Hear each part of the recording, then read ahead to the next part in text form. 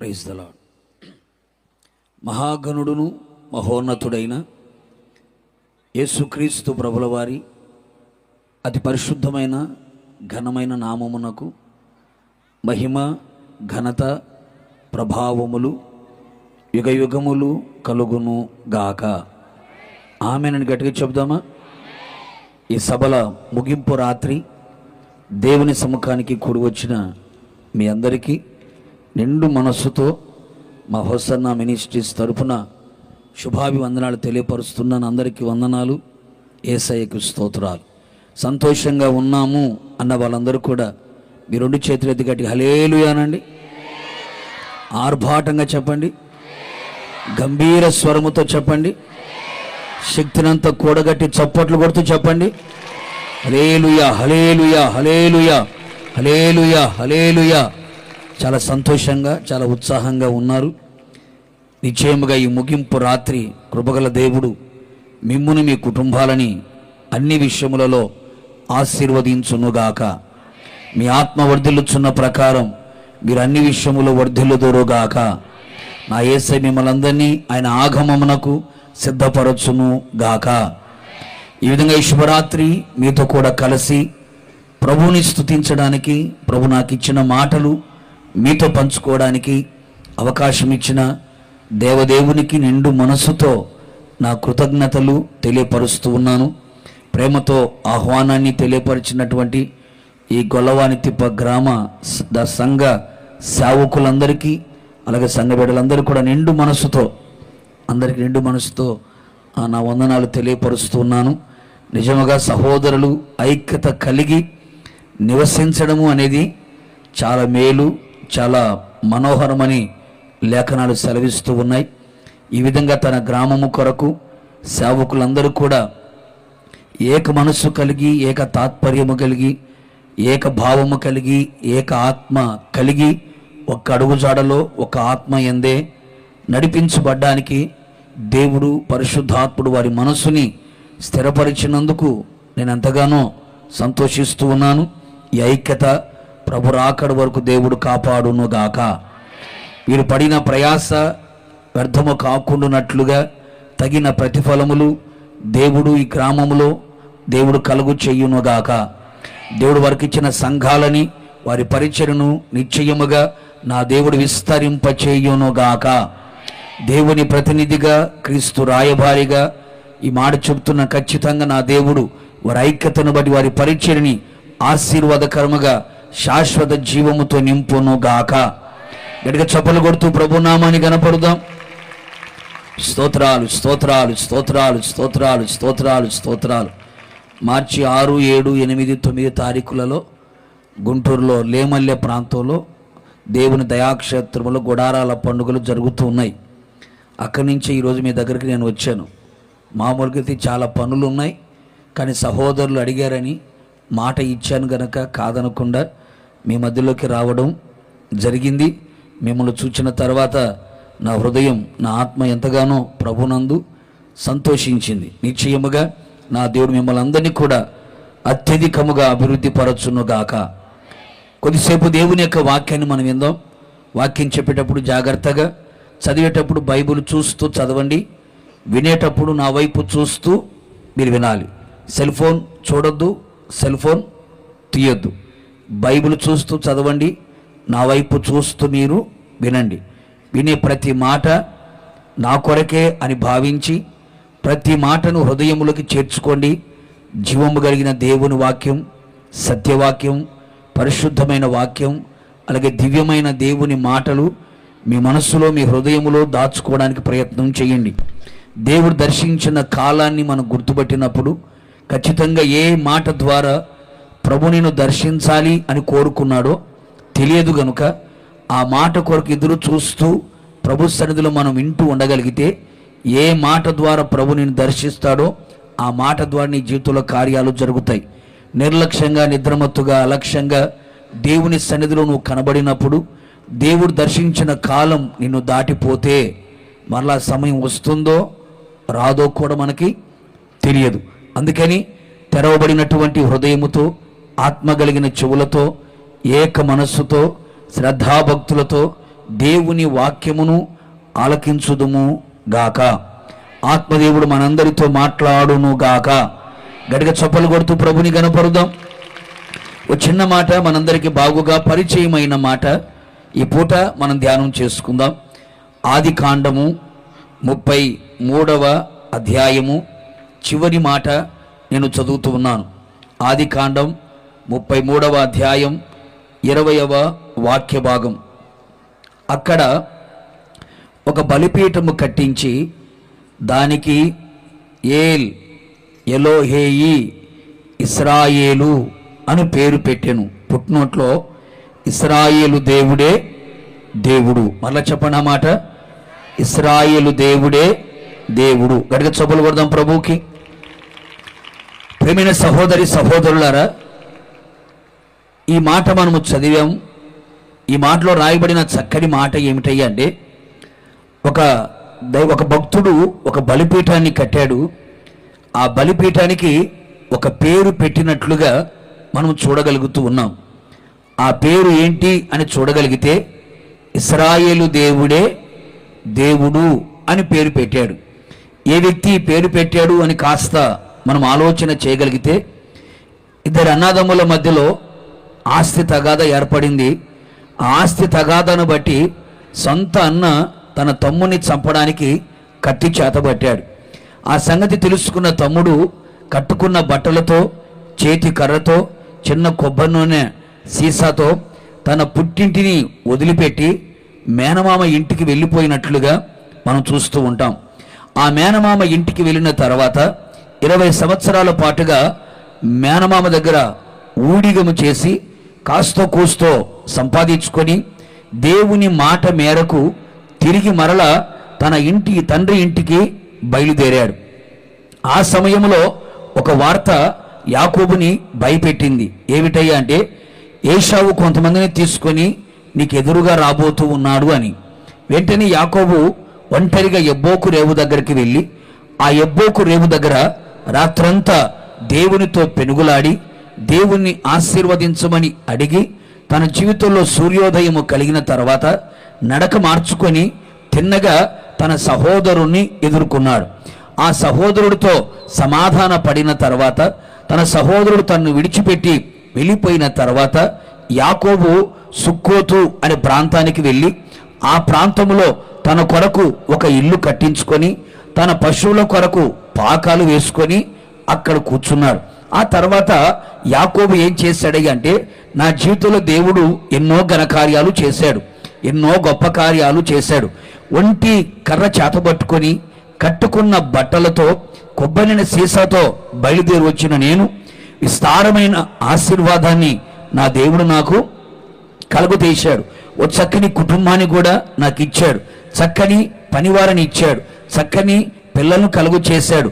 అలాగే పగబట్టిన నా అన్న నన్ను చంపేస్తాడేమో అనుకుంటే నా అన్న సమాధానంతో నా దగ్గరికి ఎదురుగా వచ్చి నిలబడ్డాడు. ఇన్ని మేలులు, ఇన్ని ఉపకారాలు నా యేసయ్య నా కొరకు చేశాడు అని చెప్పి ఒక బలిపీఠాన్ని కట్టాడు. కృతజ్ఞత అనే బలిపీఠాన్ని కట్టి, ఆరాధన అనే బలిపీఠాన్ని కట్టి, ప్రార్థన అనే బలిపీఠాన్ని కట్టి అక్కడ యేసయ్యకి ఓ చక్కని పేరు పెట్టినట్లుగా మనం చూడగలుగుతున్నాం. ఏం పేరు పెట్టాడు అని చూడగలిగితే అక్కడ రాయబడిన మాట ఇశ్రాయేలు దేవుడే దేవుడు అని ఓ చక్కని పేరు ఆ బలిపీఠానికి పెట్టినట్లుగా, యేసయ్యకు పెట్టినట్లుగా మనం చూడగలుగుతున్నాం. ప్రేమైన సహోదరి సహోదరులారా, ఈ శుభరాత్రి, ఈ 3వ రాత్రి ముచ్చటముగా దేవుని సముఖానికి మీరు వచ్చి ఉన్నారు. నిశ్చయముగా ఈ శుభరాత్రి ఏ దేవునికైతే, ఏ బలిపీఠానికైతే యాకోబు పేరు పెట్టాడో ఆ దేవుడు ఈ రాత్రి ఇశ్రాయేలు దేవుడిగా ఆయన మన మధ్యలో సంచరిస్తూ ఉన్నాడు. కూడా చెవులు గట్టిగాను మనం ఆరాధిస్తున్న యేసుక్రీస్తు ఎవరు అంటే ఇశ్రాయేలు దేవుడై ఉన్నాడు. అందుకని పరిశుద్ధమైన బైబిల్ గ్రంథంలో అక్కడక్కడ మనము చూడగలిగితే ఆయన గురించి ఆయన మాట్లాడేటప్పుడు ఏమంటాడంటే ఇశ్రాయేలు పరిశుద్ధ దేవుడు అని కూడా ఆయన పిలువబడినట్లుగా లేఖనాలు సెలవిస్తున్నాయి. ఈ రాత్రి మీరు గుర్తుపెట్టుకోవలసిన మాట, మనం ఆరాధిస్తున్న యేసుక్రీస్తు ఎవరు అంటే ఇశ్రాయేలు దేవుడై ఉన్నాడు. ఇశ్రాయేలు దేవుడు మన మధ్యలో సంచరిస్తూ ఉన్నాడు. ఇశ్రాయేలు దేవుడు మన మధ్యలో నడుస్తూ ఉన్నాడు. ఇశ్రాయేలు దేవుడు మన మధ్యలో నివసిస్తూ ఉన్నాడు. నిశ్చయముగా ఈ రాత్రి ఇశ్రాయేలు దేవుడు నిన్ను, నన్ను, మనందరినీ ఆయన చూస్తూ ఉన్నాడు. కూడా చెబులు గట్టిగాను. ప్రేమైన సహోదరి సహోదరులారా, మరి ఇశ్రాయేలు దేవుడే దేవుడు అని యాకోబు దేవునికి పేరు పెట్టాడు కదా. మరి ఆ ఇశ్రాయేలు దేవుడు మన జీవితంలో ఎలాంటి ఘనకార్యాలు చేయాలనుకున్నాడు? ఆ ఇశ్రాయేలు దేవుడు మన జీవితంలో ఎలాంటి గొప్ప కార్యాలు చేయాలని ఆయన ఆశపడుతూ ఉన్నాడు అనేది పరిశుద్ధమైన బైబిల్ గ్రంథంలో ఒక 3-4 సంగతులని చాలా క్లుప్తంగా ఈరోజు పరిశుద్ధాత్మదేవుడు మనందరితో మాట్లాడునుగాక. మళ్ళా చెప్పడం, మనం ఆరాధిస్తున్న యేసయ్య ఎవరు? గట్టిగా చెప్పడు. ఎవరైనా ఇశ్రాయేలు దేవుడు స్తుతింపబడునుగాక, ఇశ్రాయేలు దేవుడు ఆరాధించబడునుగాక, ఇశ్రాయేలు దేవుడు గొప్ప చేయబడునుగాక, ఇశ్రాయేలు దేవుడు ఘనకార్యాలు మన మధ్యలో జరిగించునుగాక. ఆ ఇశ్రాయేలు దేవుడు ఎలాంటి కార్యాలు మన జీవితంలో చేయబోతున్నాడు అనేది ఈరోజు మనం నేర్చుకుంటున్న పాఠం. మన ఇశ్రాయేలు దేవుడు నీ జీవితంలో, నా జీవితంలో, మన జీవితంలో ఎలాంటి ఘనకార్యాలు చేయడానికి ఆయన ఇష్టపడుతున్నాడు అనేది మనం నేర్చుకుందాం. మొదటిగా చూడండి, సమూయేలు రాసిన మొదటి గ్రంథం. బైబిల్ ఉన్న వారందరూ కూడా బైబిల్ తెరచి చూడాలి. నేను చెప్పే ప్రతి చోట కూడా ఇశ్రాయేలు దేవుడు అనే మాట మనకు వినబడుతుంది, కనబడుతుంది. కనబడినప్పుడు ఆ ఇశ్రాయేలు దేవుడు చేసే కార్యాలు కూడా అక్కడ వ్రాయబడి ఉంటాయి. జాగ్రత్తగా మనం ఆలకిద్దాం. సమూయేలు రాసిన మొదటి గ్రంథం 1వ అధ్యాయం 17వ వాక్య భాగాన్ని చదువుదాం. అంతటా ఏలి, నీవు క్షేమముగా వెళ్ళుము. ఈ మాట గుర్తుపెట్టుకోండి. ఇశ్రాయేలు దేవునితో నీవు చేసుకొనిన మనవిని ఆయన దయచేయును గాక అని ఆమెతో చెప్పాను. 18వ మాటలు చివరి మాట చూడండి. నాట నుండి దుఃఖాముఖిగా ఉండుట మానేను. గట్టిగా చదవగలుగుతాం ఒకసారి, గట్టిగా. ఇప్పుడు మనం చదివిన వాక్య భాగంలో ఒక దైవ సేవకుడు కనబడుతున్నాడు, ఒక విశ్వాసి కనబడుతుంది. ఆ దైవ సేవకుడు ఆమెతో చెప్పినటువంటి ఓ చక్కని మాట కూడా మనకు కనబడింది. ఏమిటి ఆ మాట అని కనుక మనము చూడగలిగితే, అంతటా ఏలి ఆమెతో చెబుతున్న మాట ఏమిటయ్యా అంటే, నీవు క్షేమముగా వెళ్ళు అని చెప్పి ఏమంటున్నాడయ్యా అంటే, ఇశ్రాయేలు దేవునితో నీవేమైతే మనవి చేసుకొని ఉన్నావో ఆ ఇశ్రాయేలు దేవుడు నీవు చేసుకొనిన మనవిని ఆయన నీకు దయచేయబోతున్నాడు. ఏ మనవి అయితే ఇశ్రాయేలు దేవుని ఎదుట నువ్వు చెప్పుకున్నావో, ప్రార్థించావో, ఖచ్చితంగా ఆయన నీకు మనవిని దయచేయబోతూ ఉన్నాడు. నీవు క్షేమముగా వెళ్ళు అని ఒక దైవ సేవకుడు ఆ సహోదరికి అభయం ఇచ్చాడు. వెంటనే ఆమెను గురించి రాయబడిన మాట, నాట నుండి ఆమె దుఃఖాముఖిగా ఉండడం మానెను అనే మాట కూడా మనం చూడగలుగుతాం. ప్రేమిన సహోదరి సహోదరులారా, ఈ చరిత్ర మనందరికీ బాగా తెలిసిన చరిత్రే. ఏమిటయ్యా అంటే, ఒక సహోదరి ఉంది, చాలా కాలం నుండి సంతానము లేక నిందల చేత, అవమానాల చేత నడిపించబడుతుంది. కట్టుకున్న భర్త మరొకరిని వివాహము చేసుకున్న ఆమె ఈమెను శ్రమ పెట్టడం ప్రారంభించింది. ఆ సందర్భంలో ఆ సహోదరి ఏమి చేసింది? తిన్నగా షిలోహులో ఉన్నటువంటి ప్రార్థనా మందిరానికి వెళ్ళింది. ఆ ప్రార్థనా మందిరములో ఒక స్తంభానికి అనుకొని కన్నీరు మున్నీరుగా ఏడుస్తూ తన గుండెల్లో ఉన్న బాధ, తన మనస్సులో ఉన్న వేదన, తన హృదయంలో దాగి ఉన్న దుఃఖమంతటిని కూడా యేసయ్య పాద సన్నిధిలో కన్నీరు మున్నీరుగా ఏడ్చి ప్రార్థన చేయడం ప్రారంభించింది. ఆమె ఆ విధంగా ప్రార్థన చేస్తూ ఉండగా దైవ సేవకుడు వచ్చాడు. దైవ సేవకుడు ఆమెను చూచిన ముందు అపార్థం చేసుకున్నాడు. కాసేపు ఆగిన తర్వాత అర్థం చేసుకున్న ఆ దైవజనుడు చెప్పిన చక్కని మాట ఏమిటయ్యా అంటే, అమ్మా నీవు క్షేమముగా వెళ్ళు. ఒకవేళ ఈరోజు మీరు ఎలా వచ్చారో నాకు తెలియదు, ఇంకా తిరిగి వెళ్ళేటప్పుడు మీరు ఎలా వెళ్ళబోతున్నారు అంటే, నీవు క్షేమముగా వెళ్ళు అన్నాడు. వెళ్ళు అని చెప్పిన తర్వాత ఎందుకు ఆ క్షేమము కలగబోతుంది అని దానికి కూడా అక్కడ చెప్పాడు. ఏమని? నీవు ఇశ్రాయేలు దేవునితో, ఎవరితో చెప్పాలి గట్టిగా, ఎవరితో? ఇశ్రాయేలు దేవునితో నీవు ఏమైతే మనవి చేసుకొని ఉన్నావో నీవు చేసిన మనవిని ఆయన నీకు దయచేయబోతున్నాడు, ఆ మనవి నీకు అనుగ్రహించబడబోతుంది అని చెప్పాడు. నాటి నుండి ఆమె దుఃఖాముఖిగా ఉండడం మానివేశను అని లేఖనాలు సెలవిస్తున్నాయి. ప్రియమైన సహోదరి సహోదరులారా, ఈ శుభరాత్రి ఇశ్రాయేలు దేవుడు మన మధ్యలో నివసిస్తున్నాడు. ఇశ్రాయేలు దేవుడు మన మధ్యలో సంచరిస్తూ ఉన్నాడు. ఇశ్రాయేలు దేవుడు మన మధ్యలో ఆయన నడుచుచు ఉన్నాడు అన్నవారు విశ్వసించిన వాళ్ళందరూ గట్టిగా హల్లెలూయా చెప్పండి. విశ్వాసం చెప్పండి గట్టిగాను. ఇశ్రాయేలు దేవుడు మా మధ్యలో ఉన్నాడు అన్నవాళ్ళు గట్టిగా హల్లెలూయా చెప్పండి.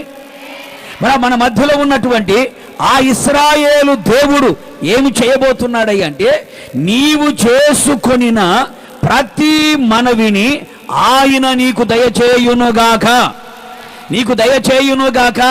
మనం ఆరాధిస్తున్న ఇశ్రాయేలు పరిశుద్ధ దేవుడు ఎవరు అంటే, ఆయన ప్రార్థన ఆలకించే దేవుడు.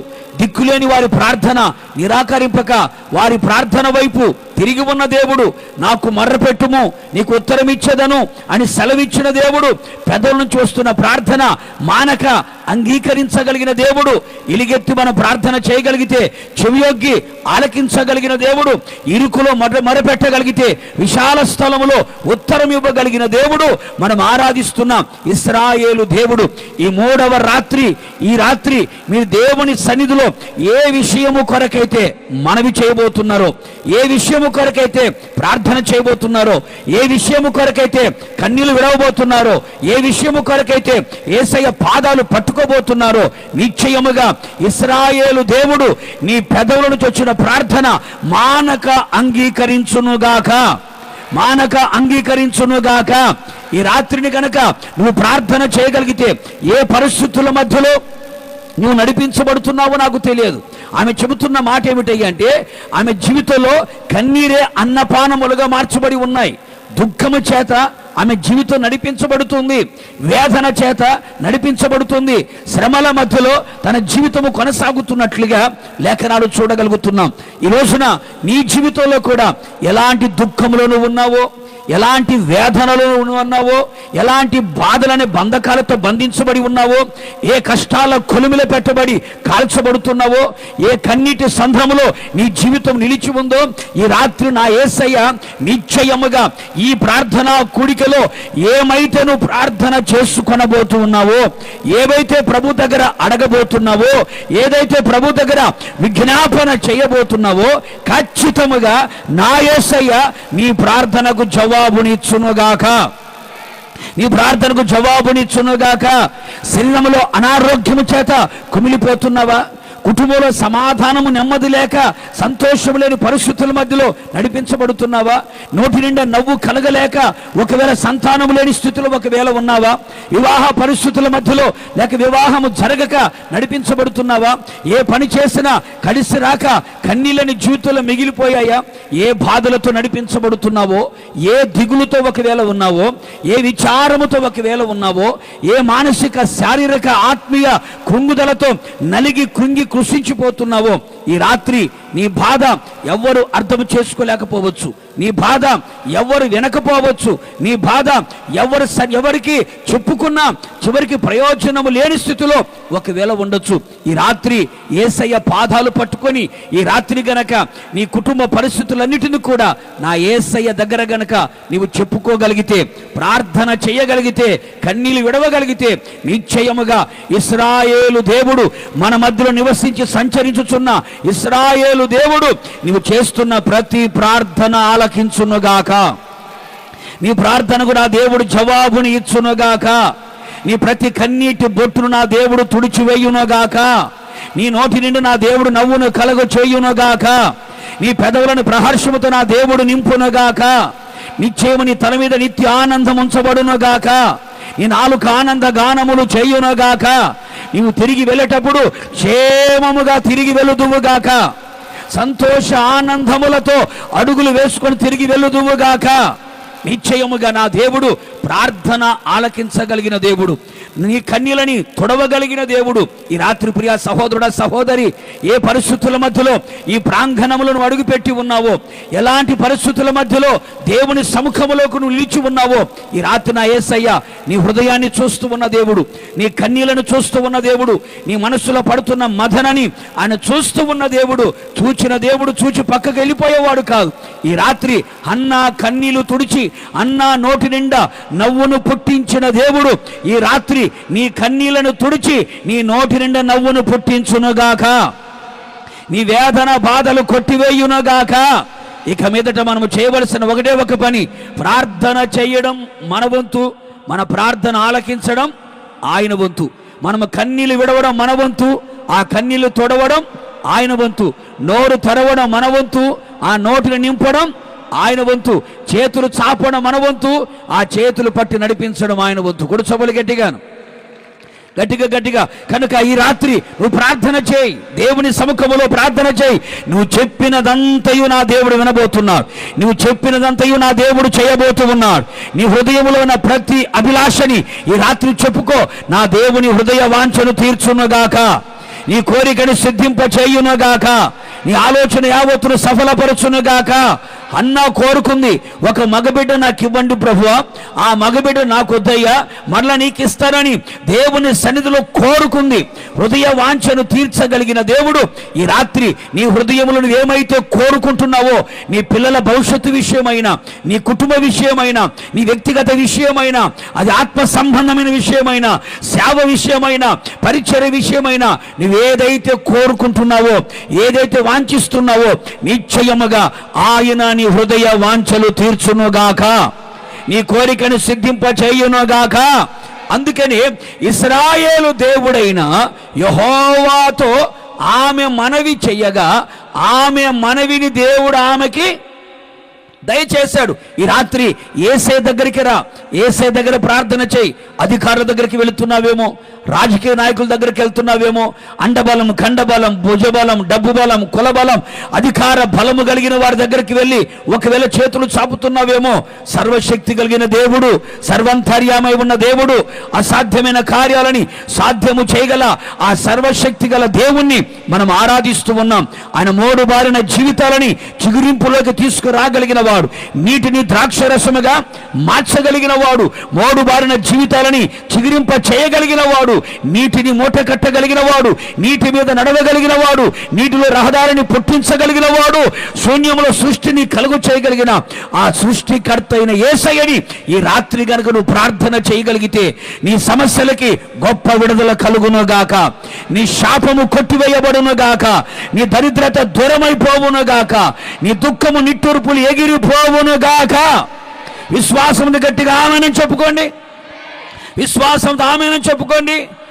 హన్నా కన్నీళ్లు తుడిచి హన్నా నోటి నిండా నవ్వును కలుగు చేసిన దేవుడు నీ కన్నీళ్లను తుడిచి నీ నోటి నిండా నవ్వును కలుగు చేయునుగాక.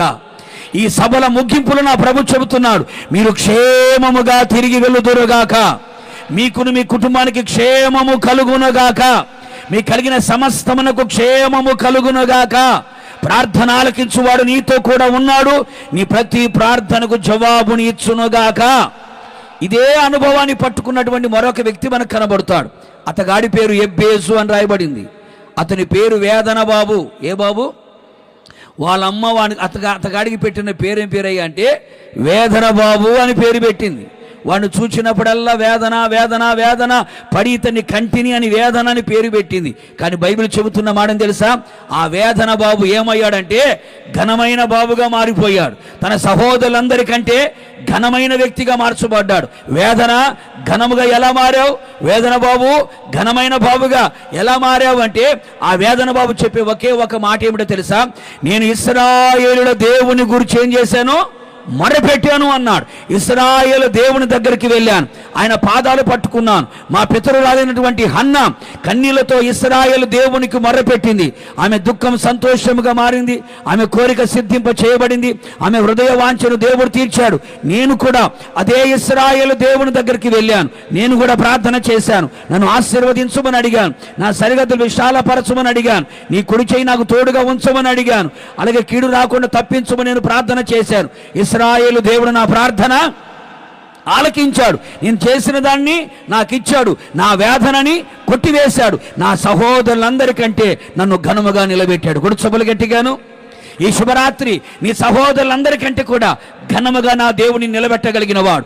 ఎక్కడ అవమానపరచబడ్డావో, ఎక్కడ తలదించుకున్నావో, ఎక్కడ ఎన్ని సిగ్గుతో తలదించుకొని పరిస్థితులు వచ్చాయో, నువ్వు తలదించిన చోట నువ్వు తల పైకెత్తునట్లుగా నా దేవుని తలగా ఉంచునుగాక. ఎక్కడ ఘనహీనముగా మార్చబడ్డావో అక్కడే ఘనతాస్పదముగా నా దేవుని ఉంచునుగాక. వేదన బాబుని ఘనమైన బాబుగా చేశాడు. ఎవరైనా ఇశ్రాయేలీయుల దేవుడు. ఈ రాత్రి అదే ఇశ్రాయేలు దేవుడు మన మధ్యలో ఆయన సంచరించి నివసించి నడుచుచుండగా నిశ్చయముగా ఈ రాత్రి ఈ ప్రాంగణమంతా కొత్త యేసయ్యకు చెప్పుకోగలిగితే నీవు తిరిగి వెళ్ళే లోపల నా యేసయ్య ఇశ్రాయేలు దేవుడు నీ మనవిని ఆలకించి నిన్ను క్షేమముగా పంపునుగాక. నువ్వు క్షేమముగా తిరిగి వెళ్ళుదువుగాక. క్షేమముగా తిరిగి వెళ్ళుదువుగాక. అందుకని ఇశ్రాయేలు దేవుడు నీ మనవిని నీకు దయచేయును గాక. కొడుచబలు గట్టిగా ప్రభుకి గట్టిగాను. రెండవ మాట కూడా మనం చదువుకుందాం. చూడండి, ఇశ్రాయేలు దేవుడు రెండవదిగా మన జీవితంలో చేయబోయే కార్యం ఏమిటి? లూకా సువర్తమానం 1వ అధ్యాయం 68వ వాక్యాన్ని 67, 68 వాక్యాలు చూద్దాం. మరియు అతని తండ్రి జకర్యా పరిశుద్ధాత్మ పూర్ణుడై ఇట్లు ప్రవచించెను. ప్రభువైన ఇశ్రాయేలు దేవుడు ఎవరట? ప్రభువైన ఇశ్రాయేలు దేవుడు స్తుతింపబడునుగాక. ఆయన తన ప్రజలకి దర్శనమిచ్చి వారికి విమోచన కలుగచేసెను. జకర్యా అనే ఒక యాజకుడు కనబడుతున్నాడు. ఆ యాజకుడు పరిశుద్ధాత్మ పూర్ణుడై ఒక ప్రవచనాన్ని చెబుతున్నాడు. ఏమిటి ఆ ప్రవచనం అంటే, ఆ ప్రవచనములో ఏమని మాట్లాడుతున్నాడు అని చూడగలిగితే, ప్రభువైన ఇశ్రాయేలు దేవుడు. ఏ దేవుడట? కొంచెం గట్టి చెప్పలు. ఎవరు? యాకోబు పెట్టిన పేరేం పేరు? ఇశ్రాయేలు దేవుడే దేవుడు. ఇక్కడ ఏమంటున్నాడు జకర్యా? ప్రభువైన ఇశ్రాయేలు దేవుడు స్తుతింపబడునుగాక అన్నాడు. ఎందుకైనా స్తుతింపబడుతున్నాడు? ఎందుకైనా ఆరాధించబడుతున్నాడు? ఎందుకైనా కొనియాడబడుతున్నాడంటే అక్కడ అంటాడు ఆయన. ఎవరైనా? ఆ ఇశ్రాయేలు దేవుడు తన ప్రజలకి దర్శనమిచ్చి వారికి ఏం కలుగ చేస్తున్నాడట? విమోచన కలుగ చేసెను అని రాయబడింది. రెండవదిగా ఇశ్రాయేలు దేవుడు మన జీవితంలో చేయబోయే మరొక ఘనకార్యం ఏమిటి అంటే, ఇశ్రాయేలు దేవుడు తన ప్రజలకి దర్శనమిచ్చి వారికి ఏం కలుగ చేయబోతున్నాడంట? విమోచనము కలుగు చేయబోతున్నాడు. నిశ్చయముగా ఈ 3వ రాత్రి దూరాన సమీపాన ఉండి నా యేసయ్య మాటలు ఆలకిస్తూ ఉన్నాం. ప్రతి ఒక్కరిని నా యేసయ్య ఇశ్రాయేలు దేవుడిగా దర్శనమిచ్చి ప్రతి ఒక్కరికి విమోచన కలుగు చేయునుగాక. విమోచన కలుగు చేయునుగాక. విడుదల కలుగ చేయునుగాక. ఆ ఇశ్రాయేలు దేవుడు ఎవరు అంటే ఆయన విమోచకుడు. ఎవరైనండి? విమోచకుడు. అందుకని పరిశుద్ధమైన బైబిల్ గ్రంథంలో యోబు భక్తుడు ఏమంటాడయ్యా అంటే, నా విమోచకుడు సజీవుడు అంటాడు. సామెతల గ్రంథకర్త ఏమంటాడు అంటే, వారి విమోచకుడు బలవంతుడు అని మాట్లాడతాడు. మనం ఆరాధిస్తున్న ఇశ్రాయేలు దేవుడు ఎవరు అంటే ఆయన విమోచకుడై ఉన్నాడు. ఆ విమోచకుడు ఏం చేస్తాడై అంటే విమోచన కలుగ చేస్తాడు అని రాయబడింది. ఆ విమోచకుడు ఎలాంటి వాడై అంటే ఆయన సజీవుడై ఉన్నాడు, ఆ తర్వాత బలవంతుడైన దేవుడై ఉన్నాడు. ఆ సజీవుడైన విమోచకుడు, బలవంతుడైన ఆ విమోచకుడు ఇశ్రాయేలు దేవునిగా తన ప్రజలకి ఆయన దర్శనమిచ్చి వారికి ఏం కలుగ చేయబోతున్నాడు అంటే విమోచన కలుగ చేయబోతున్నాడు, విడుదల కలుగ చేయబోతున్నాడు. నిశ్చయముగా ఈ ప్రార్థనా స్థలములో ఉండి ఆయన మాటలు ఆలకిస్తూ ఉన్నా, దూరంగా ఎక్కడో ఒక చోట ఉండి ఆ మాటలు ఆలకించడానికి నీ చెవులు ఉంచిన ఈ రాత్రి ఇశ్రాయేలు దేవుడైన ఆ విమోచకుడు తన ప్రజలైన మనందరిని కూడా ఆయన దర్శించి విమోచన కలుగ చేయునుగాక. విడుదల కలుగ చేయునుగాక, విమోచన కలుగ చేయునుగాక. ప్రేమైన సహోదరి సహోదరులారా, ఎందులో నుండి ఆయన మనకి విమోచన కలుగ చేయాలనుకున్నాడు? 2 రకాల విమోచనలు కనబడతాయి. ఒకటి దేహ విమోచన ఉంది, ఇది ప్రభు రాకడ సంబంధించిన మాట. రెండవది పాపములో నుండి ఆయన మనకేం చేస్తాడట? చెప్పాలి గట్టిగా. చూడండి, రోమాపత్రిక 6వ అధ్యాయం, అపోస్తలుడైన పౌలు గారు రాసిన రోమాపత్రిక 6వ అధ్యాయం 22వ వాక్యాన్ని అలాగే 18వ వాక్యాన్ని చూద్దామా? 6వ అధ్యాయం 18, 12. ఓకే. పాపము నుండి విమోచింపబడి నీతికి దాసులైతిరి, ఇందుకు దేవునికి స్తోత్రము. 22, అయినను ఇప్పుడు పాపము నుండి విమోచింపబడి దేవునికి దాసులైనందున పరిశుద్ధత కలుగుటయే మీకు ఫలము, దాని అంతము నిత్య జీవము. గట్టిగా చెప్పగలుగుతాం ఒకసారి. ఆయన తన ప్రజలకి దర్శనమిచ్చి, తన ప్రజలకి ఇశ్రాయేలు దేవుడు ఏం కలుగ చేస్తున్నాడు అంటే, ఏం కలుగ చేస్తున్నాడంట? విమోచన కలుగ చేస్తున్నాడు. ఏమిటి ఆ విమోచన అని చూడగలిగితే పౌలు గారు చాలా పత్రికలన్నిటిలో ఈ మాటలు ఎక్కువగా కనబడుతాయి. ఏమన్నాడయ్యా అంటే, పాపము నుండి మనము విమోచించబడి నీతికి మనము దాసులమయ్యాము అన్నాడు. రెండవదిగా మరలా అంటాడు, పాపము నుండి విమోచించబడి దేవునికి మనమేమయ్యాము? దాసులమయ్యాము అన్నాడు. అంటే విమోచించబడక మునుపు మనము దేనికి దాసులమై ఉన్నాము? పాపానికి దాసులుగా ఉన్నాం, లోకానికి దాసులుగా ఉన్నాం. పేరు మాత్రము దాసుడని పెట్టుకుంటారు కానీ యేసయ్యకు దాసులుగా కనబడరు కదండి. అని దాసులుగా, పాపానికి దాసులుగా, లోకానికి దాసులుగా, సాతానికి దాసులుగా బానిసత్వములో మనం ఉన్నాం. అయితే యేసుక్రీస్తు ప్రభుల వారు ఈ లోకానికి దిగువచ్చి సర్వ మానవాళి పాప పరిహారార్థమై ఆయన కలువరి శిలువలో రక్తాన్ని కార్చి ప్రాణాన్ని పెట్టి శిలువలో మరణించి 3వ దినాన తిరిగి లేచిన తర్వాత ఆయన కార్చినటువంటి అమూల్యమైన, ప్రశస్తమైన, పరిశుద్ధమైన, నిష్కలంకమైన, ఆ నిర్దోషమైన ఆ రక్తము ద్వారా ఇప్పుడు మనకు పాపములకు ఏం కలిగింది అంటే విమోచన కలిగింది. కూడా చెబులు గట్టిగాను. అందుకే మన విమోచకుడు ఎవరు అంటే ఆయన సజీవుడైన దేవుడు. సజీవుడైన దేవుడు. మనం ఆరాధిస్తున్న యేసు క్రీస్తు ఎవరు? ఆయన సజీవుడు. ఆయన మరణాన్ని, పాపాన్ని, సాతానుని, సమాధిని, లోకాన్ని జయించి తిరిగి లేచినటువంటి సజీవుడైన దేవుడు. సర్వయుగములలో ఆయన ఎవరండి? సజీవుడైన దేవుడు. అంత మాత్రమే కాకుండా ఆయన బలవంతుడైన దేవుడు. ఎలాంటి బలము కలిగిన దేవుడయ్య అంటే బైబిల్ చెబుతుంది, మరణమునకున్న బలము ఎవరంటండి? సాతానే కదండి.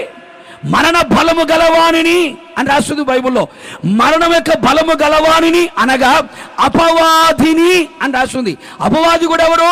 బలము కలిగిన వాడే. వాని బలం ఏమిటయ్యా అంటే పాపం. ఆ పాపం అనే బలము చేత ప్రతి మనిషిని లొంగ తీసుకొని తన వైపు తిప్పుకొని తనకు బానిసలుగా చేసుకున్నాడు. అందుకని మనిషి ఏమయ్యాడు అంటే పాపానికి బానిసగా మార్చబడిపోయాడు. ఆదాము చేసినటువంటి ఆజ్ఞ అతిక్రమమును బట్టి ఈ రోజున ప్రపంచానికి పాపం పరిచయం చేసింది ఎవరు? ఆదామే. ఆదాము ద్వారా ప్రపంచానికి పాపం పరిచయమైంది. మనిషి పాపములో పుట్టాడు, పాపములో పెరుగుతున్నాడు, పాపములోనే చనిపోతున్నాడు. పాపం వలన వచ్చి జీతము మరణమని రాయబడింది. ఆ మరణం ఏమిటయ్యా అంటే అగ్ని ఆరని పొరుగు చావని నరకమని రాయబడింది. అక్కడ అగ్ని ఆరదట, పురుగు చావదు, అది నరకం, అది బలమైనది అని రాయబడింది. మరి బలమైనటువంటి సాతాను చేతుల నుంచి విడిపించడానికి ఒక బలవంతుడైన దేవుడు కావాలి. ఆ బలము కలిగిన దేవుడు ఎవరయ్యా అంటే మనం విమోచించిన విమోచకుడైన యేసుక్రీస్తు. కూడా చెబులు గట్టిగాను.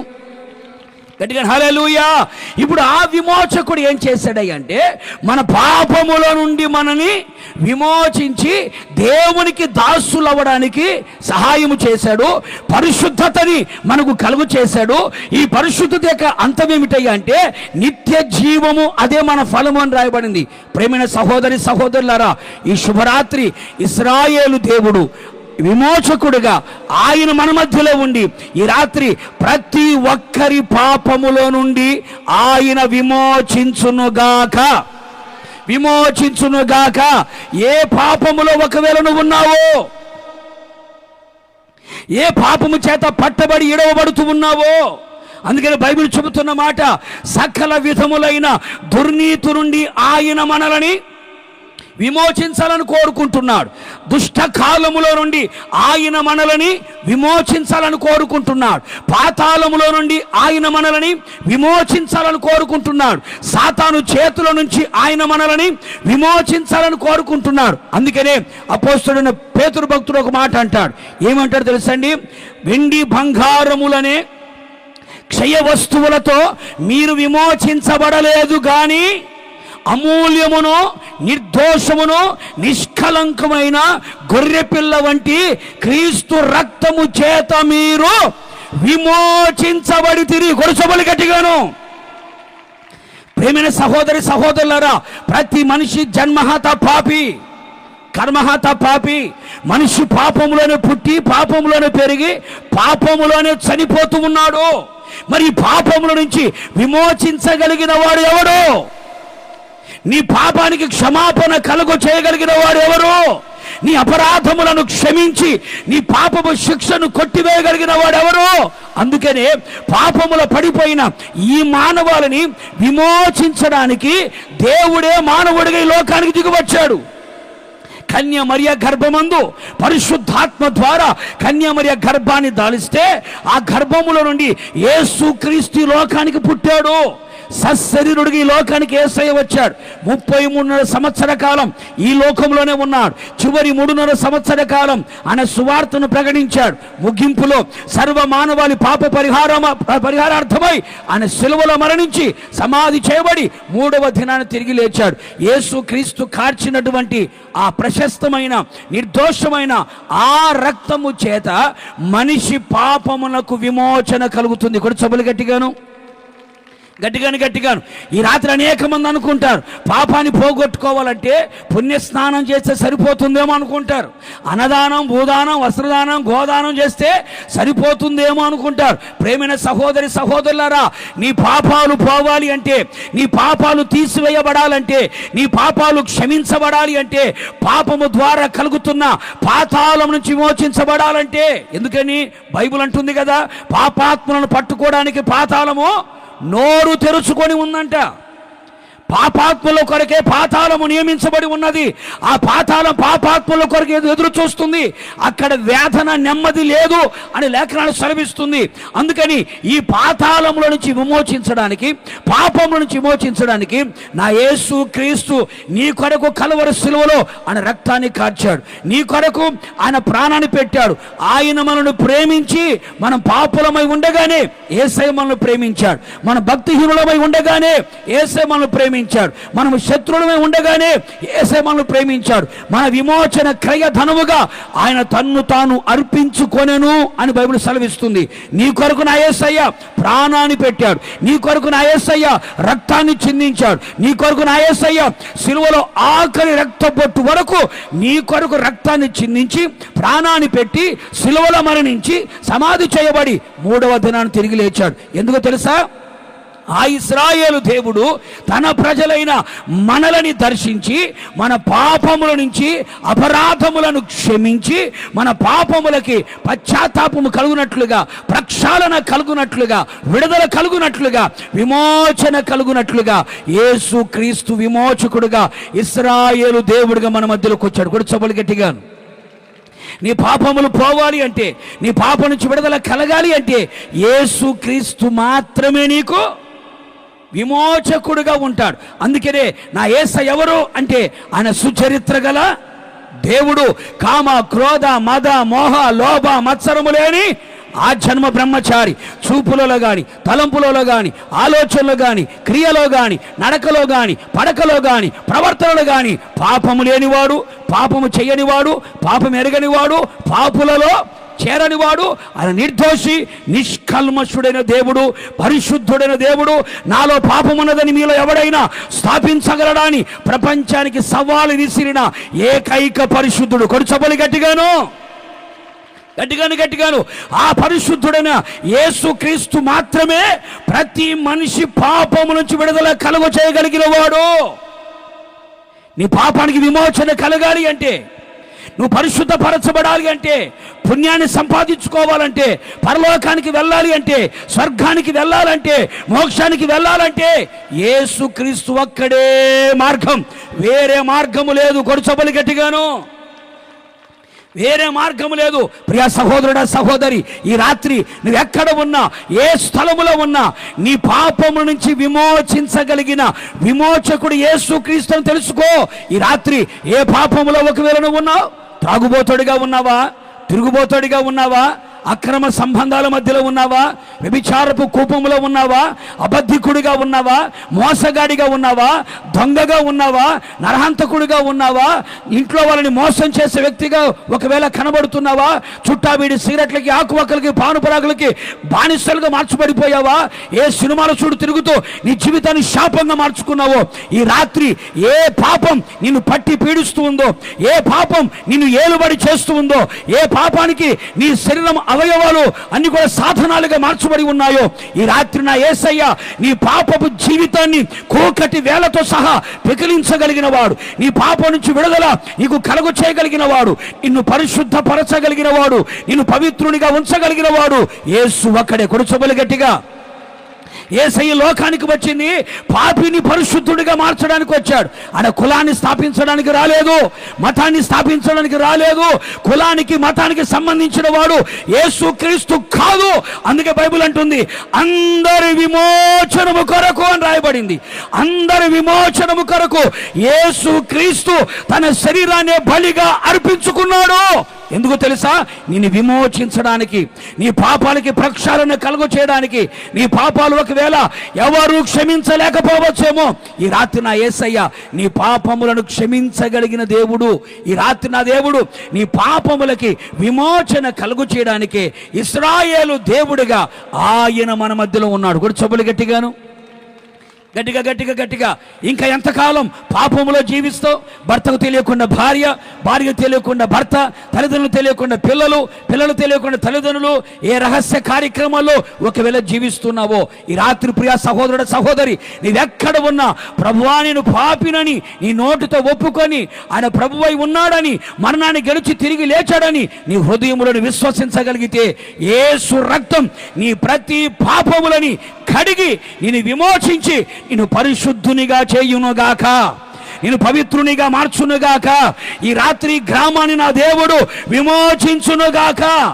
ఇక్కడ కూడి వచ్చిన వారందరినీ క్రీస్తు కలువరి శిలువ రక్తము చేత మీరందరూ కడగబడుదురుగాక. మీ పాపము కొట్టుకొని పోవునుగాక. మీ పాపానికి ప్రాయశ్చిత్తము కలుగునుగాక. నిన్ను క్షమించగలిగిన దేవుడు నిన్ను ప్రేమించాడు గనుకనే నిన్ను క్షమిస్తున్నాడు. క్షమించాడు గనుకనే నీ పాపాలకు శుద్ధి కలుగజేస్తున్నాడు. కొడు సభలు గట్టిగాను గట్టిగా గట్టిగా గట్టిగా. అందుకనే ఇశ్రాయేలు దేవుడే దేవుడు, ఇంకొకడు లేడు అన్నాడు.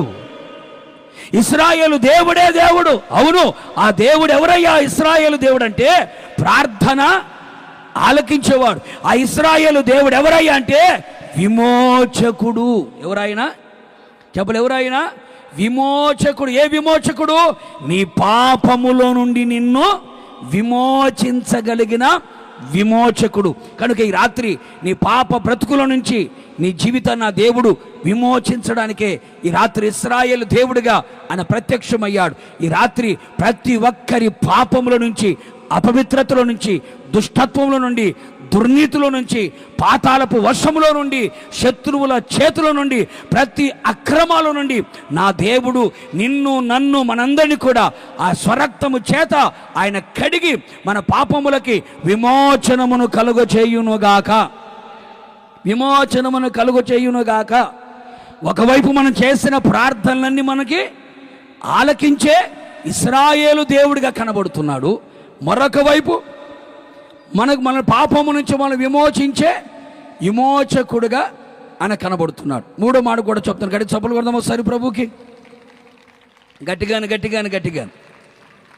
మూడో మాట కూడా చూద్దాం. చూడండి, కీర్తనల గ్రంథం 68వ కీర్తన. బైబిల్ ఉన్న వారందరూ కూడా బైబిల్ తెరచి చూడండి. 68వ కీర్తన 35వ చరణం. తన పరిశుద్ధ స్థలములలో దేవుడు భీకరుడు. గుర్తుపెట్టుకు, ఏ దేవుడు? నేను చదివించే ప్రతి చోట ఈ మాట కనబడుతుంది. ఇశ్రాయేలు దేవుడే. ఇశ్రాయేలు దేవుడే అంటే ఇంకొకడు లేడు అని అర్థం. ఇశ్రాయేలు దేవుడే తన ప్రజలకు బలమును పరాక్రమములను అనుగ్రహించుచున్నాడు. దేవుడు స్తుతి నొందును గాక.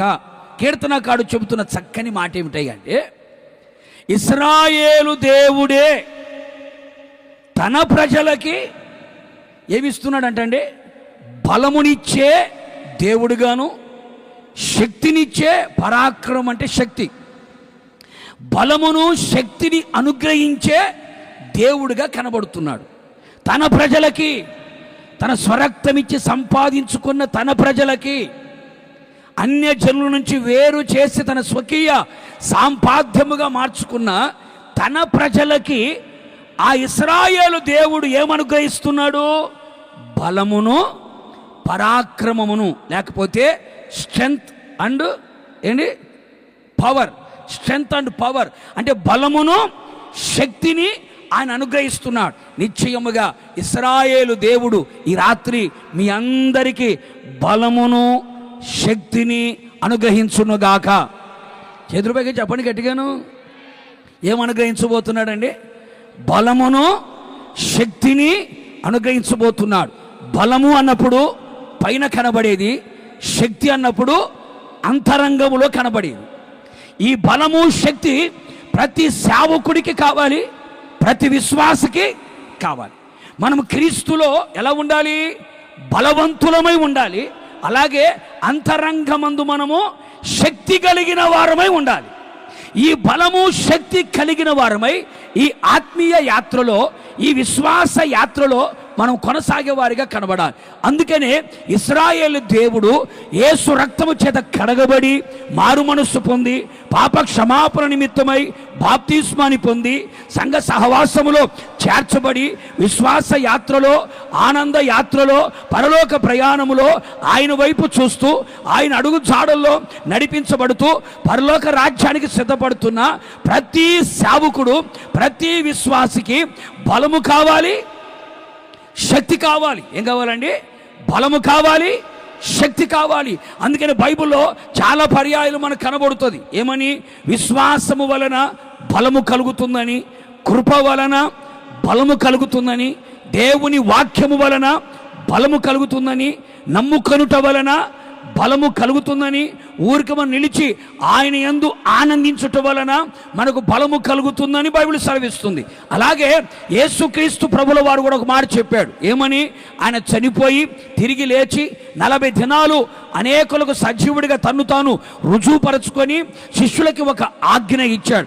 ఏమిటి ఆ ఆజ్ఞ అని చూడగలిగితే బైబిల్ అంటుంది, మీరు యెరూషలేములో నుండి వెళ్ళక నా వలన వినిన తండ్రి వాగ్దానము కొరకు మీరు కనిపెట్టండి, ప్రార్థన చేయండి అని చెప్పి ఏమన్నాడంటే, బైబిల్ చెబుతున్న చక్కని మాట, పరిశుద్ధాత్మ మీ మీదికి వచ్చున్నప్పుడు మీరు శక్తిని పొందుకుంటారు అని రాయబడింది.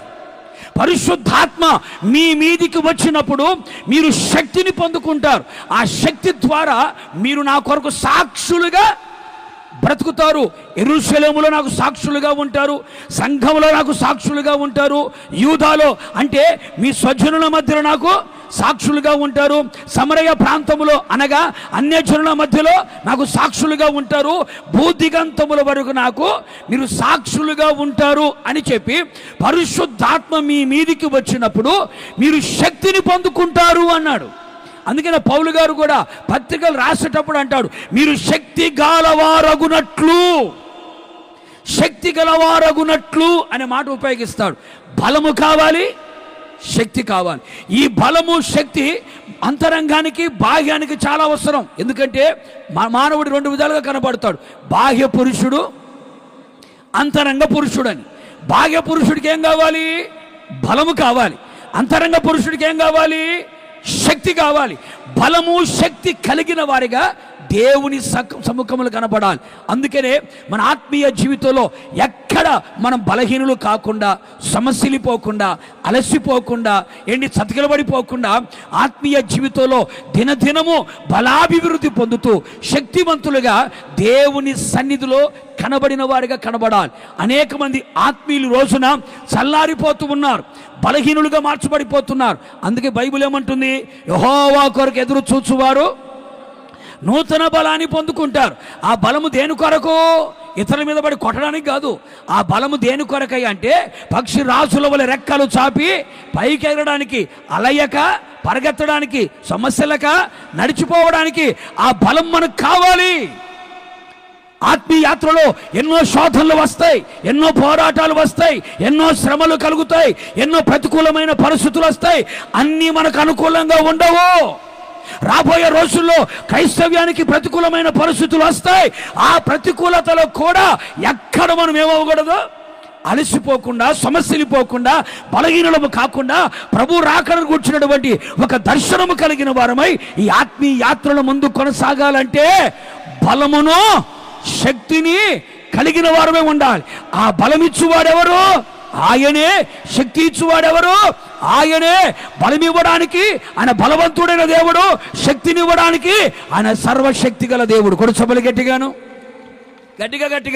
పరిశుద్ధమైన బైబిల్ గ్రంథంలో ఒక చిన్న ఉదాహరణ మీకు చెప్తాను. పరిశుద్ధమైన బైబిల్ గ్రంథంలో ఒక భక్తుడు మనకు కనబడతాడు. ఆ భక్తుని పేరు ఏలియా. ఏం పేరమ్మా? కొంచెం గట్టిగా చెప్పండి అమ్మా. ఏం పేరండి?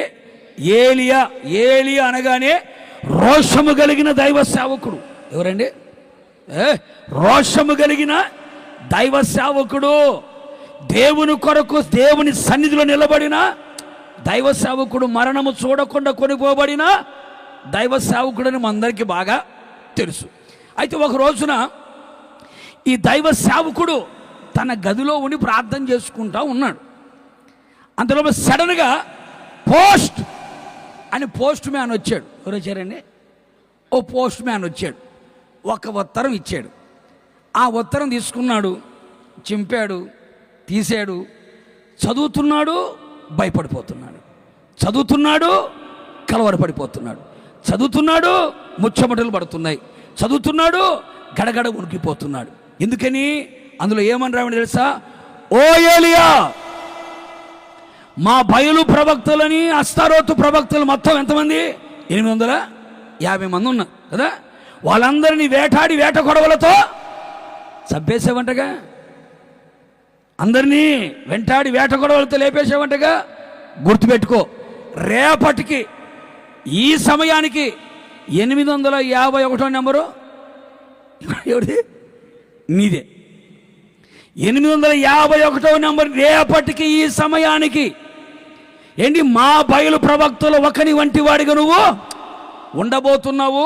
ఇంతే సంగతులు ఇట్లు యజబేలు ఉత్తరం రాసింది. ఏం రాసిందండి? ఒక ఉత్తరం రాసింది. కేవలం జరగకపోతే మన వాళ్ళు అంటారు, నా పేరు తిప్పి పెట్టుకో అంటారు. మామూలు చదవడానికి దరిద్రంగా ఉంటుంది, తిప్పి పెట్టుకుంటే ఎట్లుంటుందో అర్థం కాదు. ఇది జరగకపోతే నా పేరు తిప్పి పెట్టుకో, రేపటికి వేళకి నీవేమైపోతావు అన్నాడు. అది చదివాడు. గడగడ వణికిపోతున్నాడండి. గడగడ వణికిపోతున్నాడు. తన దగ్గర బ్రదర్ ఒకడు ఉన్నాడు. వాడు అర్జెంటుగా మూటములు సర్దిచ్చాడు, బస్ స్టాండ్ పంపించాడు, బస్ ఎక్కించి ఇంటికి పంపించాడు. ఈయన మూట తీసుకున్నాడు. ఒక రోజంతా ప్రయాణం చేసి ఎక్కడికి వెళ్ళాడు? అరణ్యములోకి ఒక రోజంతా ప్రయాణం చేసి అరణ్యములోకి వెళ్ళిపోయి ఒక బదరి వృక్షము కింద అక్కడ మోకరించి ఏమని ప్రార్థన చేస్తాడు? ఇంత మట్టుకు చాలు, ఇంకా నేను ఈ సేవ చేయలేను, ఇంత మట్టుకు చాలు. ఈ భక్తి నేను చేయలేను, ఈ విశ్వాస జీవితం నేను చేయలేను, ఈ పరిశుద్ధమైన జీవితం నేను చేయలేను. అమ్మో, ఇన్ని శ్రమలా, ఇన్ని బాధలా, ఇన్ని కష్టాలా, యేసు ప్రభువుని నమ్ముకుంటే శ్రమలు పోతాయి, బాధలు పోతాయి, కష్టాలు పోతాయి అనుకుని వచ్చాం. కానీ ఇన్ని శ్రమలు పెరుగుతున్నాయి. గుర్తుపెట్టుకో, యేసు ప్రభువుని నమ్ముకుంటే ఎక్కువ వస్తాయి, ఎక్కువ వస్తాయి. ఎందుకు తెలుసా అండి? పరలోకం పోవాలనుకున్నవాడికి ఎక్కువ రావాల్సిందే. ఎందుకని మన అనేక శ్రమలు అనుభవించిన తర్వాతే అనేకమా కొన్నా అనేకం అంటే అన్నీ వస్తాయి, ఎప్పుడైనా వస్తాయి, ఏ టైంలోనే వస్తాయి కదా. అమ్మో, శ్రమలు అన్నీ పోతాయి అనుకోవద్దు, అన్నీ ఎక్కువ వస్తాయి. అమ్మో, ఈ భక్తి నేను చేయలేను, ఈ ప్రార్థన నేను చేయలేను, ఈ విశ్వాస జీవితం నేను చేయలేను, నా వల్ల కాదు. ఇంత మట్టుకు ఎన్నిసార్లు అని ఏంటో చెప్పు. చిన్న శ్రమ రాగానే, చిన్న శోధన రాగానే, చిన్న కష్టం రాగానే, కులస్తులు ఒక మాట అనగానే, ఇంట్లో భర్త ఒక మాట అనగానే, ఏంటి ఏదైనా అవమానం రాగానే, ఓ చిన్న నింద రాగానే, చిన్న అవమానం కలగగానే, ఇంకా భక్తి మీద విరక్తి కలిగి ప్రార్థన వద్దు, బైబుల్ వద్దు, గీబుల్ వద్దు, యేసుప్రభు వద్దు, గీసుప్రభు వద్దు, చర్చ్ వద్దు, ఏమొద్దు అనుకొని ఎంతమంది బలహీనమైపోయి ఉంటారు. చాలు, ఇంతవరకు చేసింది చాలు, ఇంతవరకు చేసిన పరిచర్య చాలు, ఇంతవరకు చేసిన సేవ చాలు, ఇంతవరకు చేసిన ప్రార్థన చాలు, ఇంతవరకు చేసిన భక్తి చాలు, ఇంత మట్టుకు చాలు ప్రభువా, నన్ను చంపే. ఏమంట? ఈయన చంపడానికి దేవుడి దిగి రావాలంట. ఓ మాట మీకు చెప్పనా, అక్కడ ఆమె చంపుతానన్నది ఎవరు? అక్కడ ఆమె ఆమె చేతిలో చావచ్చుగా. చంపుతానన్న దగ్గర ఏమో ఎక్కడేమయ్యాడు? పారిపోయాడు. ఇక్కడికి వచ్చేయమంటున్నాడు. చంపుతానన్న దగ్గర ఏమో పారిపోయి ఇక్కడికి వచ్చేయమంటున్నాడు, నన్ను చంపేసి, నన్ను చంపి నరహంతకుడు నువ్వు. ఇంత మట్టుకు చాలు, నా పితరుల కంటే నేను ఎక్కువ వాడని. ఈ మాట ఎందుకు వచ్చింది నోట అంటే, ఏలియా గారు ఏదో కొంచెం ఓవర్ యాక్షన్ చేశాడు. ఎక్కువ వాడను కాను అంటే మనసులు అనుకున్నాడేమో. ఏమనుకొని ఉంటాడు? నీళ్ళని నేను మామూలుగా అగ్నిని నీళ్లు ఆర్పివేస్తాయి. అయ్యగారు ప్రార్థన చేస్తే అగ్ని అని నీళ్ళని ఏం చేసింది? అగ్ని ఆర్పివేసి. అంటే ప్రకృతికి విరుద్ధమైన కార్యం ఇతను ప్రార్థన ద్వారా జరిగింది. మనసులో అనుకున్నాడేమో, చూసావా నాకులాగా ఏం జరిగింది, చూసావా నాకులాగా ఎవరైనా చేశారట, నాకులాగా ఎవరైనా అద్భుతమైన చేశారా, సొక్కి సిరేశారు, ఎవరైనా ఉమ్ము పోసారా అని ఒకవేళ అనుకున్నాడేమో. అందుకే నా పితరుల కంటే ఎక్కువ వాడను నేను కానయ్యా, నా వల్ల కాదయ్యా, ఇంత మట్టుకు చాలు. బలహీనుడైపోయాడు, తను చేయవలసిన పరిచర్యలో బలహీనుడైపోయాడు. తను చేయవలసిన పరిచర్య ఇంకా ఉంది, కానీ చేయకుండానే బలహీనుడై బలహీనమైన మాటలు మరణం మీద అపేక్ష కలిగిన వాడై. కొంతమంది ఉంటారండి, చిన్న దానికే నేను చచ్చిపోతా. ఏంటి సింపుల్గా అనుకుంటారేమో, మాట అర్థం కాదు. భర్త గట్టిగా ఒక మాట అన్నాడంటే నేను చచ్చిపోతా, అప్పులు ఎక్కువైపోతే నేను చచ్చిపోతా, రోగం తగ్గకపోతే చెప్పు నేను చచ్చిపోతా. నువ్వు చచ్చావు అనుకో, అప్పులు తీరుతాయండి. అప్పులు ఎక్కువైపోయాయి అని చెప్పి నువ్వు చచ్చావు. నువ్వు చచ్చిన తర్వాత మళ్ళీ దినం చేయాలిగా. మరి దినం చేయాలంటే మళ్ళీ కోడి కూర పెట్టాలిగా. అది కూడా ఏమో చేయాలా, మళ్ళీ అప్పే చేయాలి. అప్పులు తీరినాయేమన్నా నువ్వు చచ్చా. ఏం మాట్లాడేటండి? పెరగడం తప్ప తగ్గిపోవడం ఉండదు. పాపం భార్య ఏడ్చుకుంటా, నువ్వు పోయేవాడు పోకుండా అప్పులు చేసిపోయావు, ఇప్పుడు మళ్ళీ నీకోసం మళ్ళీ అప్పు చేయాల్సి వచ్చింది. ప్రతిదానికి చావు పరిష్కారం కాదు కదా. ఇంత మట్టుకు చాలు, ఇంత మట్టుకు చాలు అని ఏడుస్తున్నాను ఒక మాట అంట. ఓ ఏలియా, నీవెవరు నువ్వు మర్చిపోయావా? నీ భక్తిలో ఉన్న శక్తి ఏమిటో మర్చిపోయావా? నువ్వు ఆరాధించే దేవుడెవరో మర్చిపోయావా? నువ్వు దేవుని సన్నిధిలో నిలబడి ఆకాశమా వర్షం గురు అంటే వర్షం కురిసిందా లేదా? అగ్ని గురువు అంటే అగ్ని కురిసిందా లేదా? కొంచెం పిండి కొంచెం నూనె ఉంటే నువ్వు ప్రార్థన చేస్తే 3.5 సంవత్సరాల వరకు కరువులో కూడా 3 పూటలు బాగానే తిన్నావు కదా. నువ్వు సచ్చినోడు కూడా లేచి కూర్చున్నాడు కదా. నీ ద్వారా ఇన్ని అద్భుతాలు జరిగాయి కదా, ఇన్ని సూచక క్రియలు జరిగాయి కదా. మంచైనా వర్షమైనా ఎవరికి చెప్పాడు? ఆకాశానికి ఆజ్ఞ ఇచ్చాడంట. మేఘలు రెడీగా ఉన్నాయి, దేనికి? వర్షం పడదామని రెడీగా ఉన్నాయి. మీ రెడీగా ఉన్న లోపల ఈ పొట్టుడు ఒక మాట అన్నాడు. ఏమన్నాడు? ఆకాశమా, మంచైనా చినుకైనా పడిందా కబద్దారా అన్నాడు. అనగా మేఘాలని మీటింగ్ పెట్టుకున్నాయంట. మేఘాలని మీటింగ్ పెట్టుకుని మూట కట్టుకుని ఎక్కడికి పోయాయి? మేఘాలను సృష్టించిన దేవుని దగ్గరికి వెళ్ళి, ఏమయ్యా భూమి నింతున్నాడు 3 అడుగులు, మాకెళ్ళి ఏళ్ళు చూపించి చినుకు పడకూడదంట, వర్షం పడకూడదంట, మాకు టైం కూడా చెప్పాడు. ఏ టైము? 3.5 సంవత్సరం. మీ ఇప్పుడు కురవాలా, మా టైం ఆపేసుకోమన్నాడు. ఏం చేయమంటావంటే దేవుడు అన్నాడు, అతని మాటే నా మాట. ఒడి సబ్బులు గట్టిగాను 3.5 సంవత్సరాల వరకు పడకూడదు. ఇన్ని చేశాడు కదా. నేను అంటాను, అదే ఏలియా ఆ సమస్యను పట్టుకొని, ఆ శోధనను పట్టుకొని, ఆ శ్రమను పట్టుకొని నిలబడి ఏ యజమాని ఆ ఉత్తరం రాసిందో చూశాడా? చూసి తిన్నగా ఏంటి ఆ లెటర్ ముక్కని అలాగే మడిచి ఇసురు కొట్టేసి తిన్నగా రాయల్ ఎన్ఫీల్డ్ బండి వేసుకొని, ఏ బండి? రాయల్ ఎన్ఫీల్డ్ బండి వేసుకొని డుగ్గు డుగ్గు డుగ్గు డుగ్గు అనుకుంటా అంతఃపురంలోకి వెళ్ళి ఆ గేటును కూడా తన్నుకొని లోపలికి వెళ్ళి ఆ బండి స్టాండ్ పక్కన పెట్టి, ఏ యజమానా బయటికి రా అని పిలిచి, ఆకాశమా అగ్ని చేత ఈ మనిషిని తగలబెట్టు అంటే తగలబెట్టదా? మాట్లాడటండి. అంత లేదంటావా ఏలియా దగ్గర? ఇది చేయలేకపోయాడు. తాడు చెట్టు పిడుగు పడుతూ తగలబడదు మనిషి. ఏలియా ప్రార్థన శక్తి ఏమిటో తెలుసు. కానీ చిన్న చిన్న విషయాలకు ఏమైపోయాడండి? బలహీనుడైపోయారు. చిన్న చిన్న విషయాలు ఇలా చాలామంది కూడా యేసయ్య ద్వారా ఎన్నో అద్భుతాలు అనుభవించి, ఎన్నో గొప్ప కార్యాలు అనుభవించి, ఎన్నో చూచి విని నోటితో స్తుతించి, తన జీవితంలో ఓ చిన్న సమస్య రాగానే, ఓ చిన్న శోధన రాగానే, ఓ చిన్న కష్టం రాగానే ఎందుకు దేవుడు దూరం అయిపోతున్నావు? మరణాపేక్ష ఎందుకు కలుగుతుంది? ఎందుకు బలహీనుడు అయిపోతున్నావు? నా వల్ల కాదు, నేను చేయలేను, ముందుకు వెళ్ళలేను, నా వల్ల కాదు, ఈ కుటుంబం నడిపించుకోలేను, ఈ భక్తి నేను చేయలేను, ఈ కుటుంబం నడిపించుకోలేను, ఈ పిల్లల భవిష్యత్తు ఏమైపోతుందో ఎందుకు ఆలోచిస్తున్నావు? ఏడ్చి ఏడ్చి ఏడ్చి ప్రార్థన చేసి ప్రార్థనలో అయ్యగారు ఏం చేశాడు? మనలకు అలవాటు అదేగా. ముందు మోకాళ్ళ మీద ఉంటారు, 2 చేతులు పైకి ఎత్తారు, 10 నిమిషాల తర్వాత చిన్న మోకాలు కొత్త చేతులు దిగుతాయి, ఇంకొక 5 నిమిషాలకి మోకాలు దిగుతారు, ఇంకొక 5 నిమిషాలకి తలకాయ నేలకు పోయింది, ఆ తర్వాత ఎక్కడ పోతారో తెలియదు. కాళ్ళు తిమ్మిర్లు బట్టి ఏంటి ఎక్కడ పోతారో తెలియదు. అయ్యగారు కూడా ప్రార్థన చేసి ఏమయ్యాడు? నిద్రపోయాడు. నిద్రపోతే ఈ నిద్రపోతాడు కోసం పరలోకం నుంచి ఎవరు వచ్చారండి? దేవదూత దిగొచ్చి మోర్ మార్కెట్కి వెళ్ళి, అన్నపూర్ణ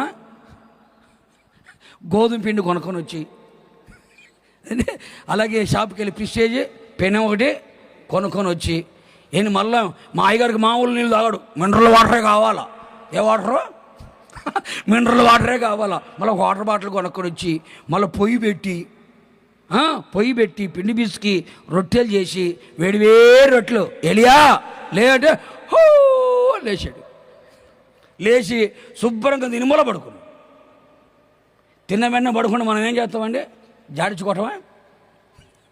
మళ్ళీ రెండోసారి మళ్ళీ వండి మళ్ళీ పెట్టి, ఇప్పుడు బైబిల్ రాయబడిన మాట తెలుసండి, ఆ భోజనము యొక్క బలము చేత, కొడుచొప్పులు గట్టిగాను, ఆ భోజన బలము చేత ఏలియా 40 రాత్రులు 40 పగళ్ళు నాన్ స్టాప్ వాకింగ్, 40 రాత్రులు 40 పగళ్ళు మధ్యలో ఏ హోటల్ దగ్గర ఆగి తిన్నాడా? ఇప్పుడు మన వాళ్ళు ఉన్నారు, ఉదయం తింటారు, మధ్యాహ్నం తింటారు, ఈ ఉదయం మధ్యాహ్నంలో మళ్ళీ ఇంకోసారి తింటారు, మళ్ళీ మధ్యాహ్నం సాయంకాలం రాత్రి లోపల మళ్ళీ ఇంకోసారి తింటారు. ఎన్నిసార్లు తిన్నా మళ్ళీ ఏమంటారు? కడుపులో గుర్రాలు పరిగెత్తున్నాయి అంటారు. ప్లేట్లు తింటూనే ఉంటారు, బస్తాలు తింటూనే ఉంటారు, మళ్ళీ సాయంకాలం కల్లా మళ్ళీ ఏమంటూనే ఉంటారు. కొంతమంది బాయిలర్ కోలా తింటూనే ఉంటారు, మళ్ళీ ఏమంటారు?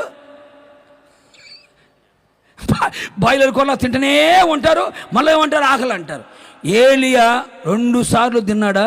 ఎన్ని రోజులు నడిచారు? 40 రాత్రింబగలు నడిచాడట. ఎక్కడ అలసిపోలేదు. ఎక్కడ సమస్యలిపోలేదు, ఎక్కడ బలహీనమవ్వలేదు. హోరేబడే పర్వతం ఎక్కేంత వరకు, దేవుని స్వరం వినేంత వరకు, దేవుని పర్వతం ఎక్కేంత వరకు ఏలియా అలసిపోకుండా, సమస్యలిపోకుండా, బలహీనుడు కాకుండా తన ప్రయాణములో బలమును పొందాడు. కొడు సభలు గట్టిగాను బైబిల్ చెబుతున్న మాట, యుద్ధానికి వెళ్ళాలంటే బలము కావాలి, ప్రయాణము చేయాలంటే బలము కావాలి. అందుకని ఏలియా తన ప్రయాణములో అలసిపోకుండానట్లుగా, బలహీనుడు కాకుండానట్లుగా దేవుడు అతనికి బలముని ఇచ్చాడు. ప్రియమైన సహోదరి సహోదరుల, 40 రాత్రి పగళ్ళు అలయక పరిగెత్తడానికి, సమస్యలక నడిచిపోవడానికి దేవుడు అతన్ని బలపరిచాడు. ఏలియా, ఏం అలా మాట్లాడుతున్నావేంటి? నీవు నీ అంతటి వాడు అలా మాట్లాడవచ్చా? నీ మీద ఎన్నో ఆశలు పెట్టుకున్నాను. ఏమని? రాజులను అభిషేకించాలి నువ్వు, ప్రవక్తలను అభిషేకించాలి నువ్వు. అంతకు మించి అసలు మరణము చూడకుండా నేనేమో మరణము లేకుండా నిన్ను తీసుకుపోదామంటే నువ్వేమంటున్నావు? నన్ను చంపంటున్నావు. చూసారండి, అసలు మరణమే నీకు లేదు ఏలియా, మరణము లేకుండా నేను తీసుకుని వెళదాం అనుకుంటున్నా నేను. అయితే నువ్వేమంటున్నావు? నన్ను చంపేసేయండి. నీ మీద ఎన్ని ఉద్దేశాలు ఉన్నాయి? ప్రియమైన దేవుని ప్రజలారా, దేవుడికి నీ మీద ఎన్నో ఉద్దేశాలు ఉన్నాయి. నీ ద్వారా ఎన్నో కార్యాలు దేవుడు జరిగించాలనుకుంటున్నాడు. నీ ద్వారా ఎన్నో సంఘాలు కట్టించాలనుకుంటున్నాడు. నీ ద్వారా ఎంతోమంది ఆత్మలు సంపాదించాలనుకుంటున్నాడు. నీ ద్వారా ఎన్నో సేవా కార్యక్రమాలు దేవుడు జరిగించాలనుకుంటున్నాడు. నీ గ్రామానికి, నీ ప్రాంతానికి, నీ కుటుంబానికి నేను ఒక దీపంగా ఉంచాలనుకుంటున్నాడు. కొండ మీద కట్టబడిన ఒక పట్టణంలాగా దేవుడిని ఉంచాలని ఆశపడుతున్నాడు. నీవేమో దేవుని ఆలోచనలు పక్కన పెట్టి, దేవుని తలంపులు పక్కన పెట్టి, దేవుని ఉద్దేశాలు పక్కన పెట్టి, ఏదో శ్రమ కలిగిందని చెప్పి బలహీనుడు అయిపోయి ఇంత మట్టుకు చాలనుకుంటున్నావేమో. ఎందుకని దేవుడు తన ప్రజలకి బలమును, పరాక్రమమును ఎందుకు ఇవ్వాలనుకుంటున్నాడు?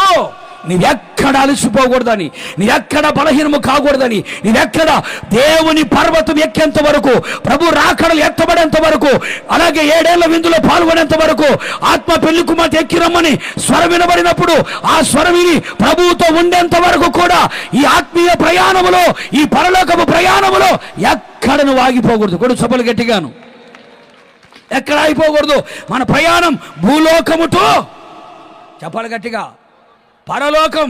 ఈ ప్రయాణంలో ఎన్నో వడదుడుకులు వస్తాయి, ఎన్నో శ్రమలు వస్తాయి, ఎన్నో శోధనలు వస్తాయి, ఎన్నో కష్టాలు వస్తాయి, ఎన్నో కన్నీళ్ళు వస్తాయి. క్రైస్తవ్యం అంటే పూల బాట కాదు, క్రైస్తవం అంటే ముళ్ళ బాట. యేసయ్య వైపు చూస్తూ నడవాలి. యేసయ్య కూడా సిలువ శ్రమలను సహించి ఆయన సింహాసనం మీద కూర్చున్నాడు. అదే సిలువను మోసుకుంటూ మనం కూడా పరలోకానికి ప్రయాణం అవుతున్నాం. కూడా చబలి గట్టిగా. అందుకని విశ్వాసముల బలాన్ని పొందిన వారమై, ఆత్మల బలాన్ని పొందిన వారమై, అడుగడుగున దేవుని యొక్క వాక్యము చేత బలమును పొందుకొని, విశ్వాసము చేత బలమును పొందుకొని, పరిశుద్ధాత్మ చేత శక్తిని పొందుకొని, దేవుని కృప చేత బలమును పొందుకొని, దేవుని యందు ఆనందించి బలాన్ని పొందుకొని, ఆయన కొరకు ఎదురు చూచి బలముతో నింపబడిన వారమై ఈ ఆత్మీయ యాత్రలో ఎక్కడ బలహీనులు మనం కాకూడదు. కొడుచబలు గట్టిగా, ఎక్కడ బలహీనులు మనం కాకూడదు. బలహీనులు కాకుండా ఉండడానికే ఆయన ఇశ్రాయేలు దేవుడిగా మన మధ్యలో దిగి వచ్చి ఆ ఇశ్రాయేలు దేవుడు బల పరాక్రమములు ఇవ్వబోతున్నాడు. కొడు చబలి గట్టిగాను. ప్రేమైన సహోదరి సహోదరులారా, పరలోకపు ప్రయాణములో మనం ఉంటున్నాం. ఎన్నో యజబెల్ లాంటి వాళ్ళు ఎంతోమంది వస్తారు మన జీవితంలోకి. చిన్న చిన్న శ్రమలకి, శోధనలకి వెనుక తిరిగి వెళ్ళిపోకూడదు, బలహీనులు కాకూడదు. దేవుడు మనకు అప్పగించిన పరిచర్య, దేవుడు మనకిచ్చిన విశ్వాస జీవితం, దేవుడు మనకిచ్చిన గురి గమ్యం మనము చేరేంత వరకు అలసిపోకుండానే పరిగెత్తాలి. కొడు చప్పులు గట్టిగా గట్టిగా గట్టిగా అలయక పరిగెత్తాలి, సమస్యలక నడిచిపోవాలి. ఇంత మటుకు చాలు, నా వల్ల కాదు, నేను చెయ్యలేను, నిరాశ కలిగిన మాటలు వద్దు, నిరుత్సాహము కలిగిన మాటలు వద్దు, బలహీనమైన మాటలు మాట్లాడవద్దు, కృంగదీసే మాటలు మాట్లాడవద్దు, ఇతరులు బలహీనపరిచే మాటలు మాట్లాడవద్దు. అలాగే నీ మాటల్లో దేవుని బలము కనబడాలి. నీవు నీ అంతటి వాడి మాట మాట్లాడవచ్చా? ఒకప్పుడు ప్రార్థన చేస్తే ఎలాంటి కార్యాలు జరిగాయి, ఇప్పుడు చిన్న సమస్యకే అలా అయిపోతున్నావేంటి ఏలియా? నీ మీద దేవుని ఉద్దేశాలు ఎన్నో ఉన్నాయి కదా, దేవుని తలంపులు ఎన్నో ఉన్నాయి కదా, నేను చచ్చిపోతానంటావేంటి? నేను చచ్చిపోతే నన్ను చంపేసి అంటావేంటి? నీ మీద దేవునికి ఎన్నో ఆలోచనలు ఉన్నాయి. దేవుడు నిన్ను వాడుకోవాలని కోరుకుంటున్నాడు. కూడా చొబ్బలు గట్టిగాను. తన పరిచర్యలు, తన సేవలో తన కొరకు ఒక వాడబడే ఒక పాత్రగా దేవుని ఎన్నుకున్నాడు, ఏర్పరచుకున్నాడు.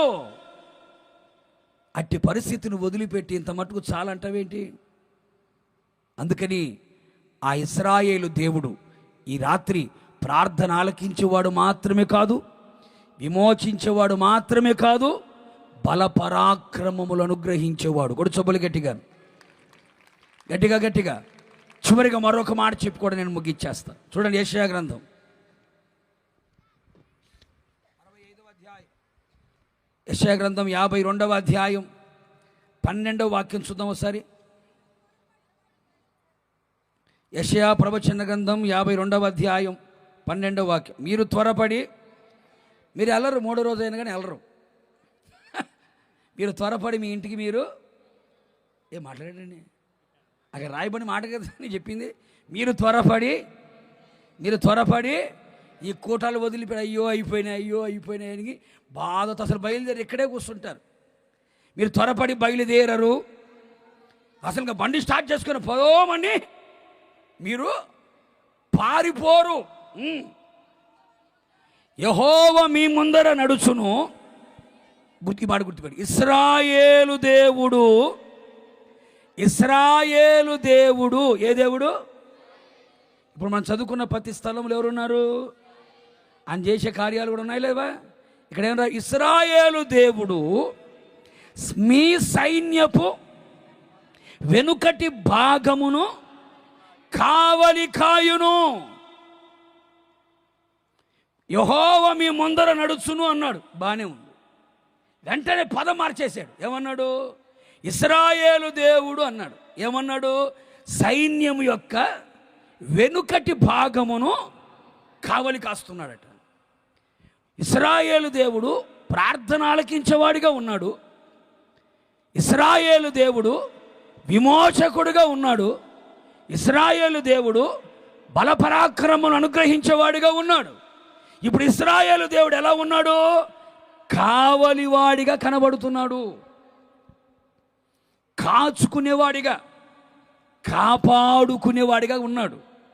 ఇశ్రాయేలు దేవుడు మీ సైన్యపు వెనుకటి భాగమును కావలి కాయును. ముందు నడిచేది ఆయనే.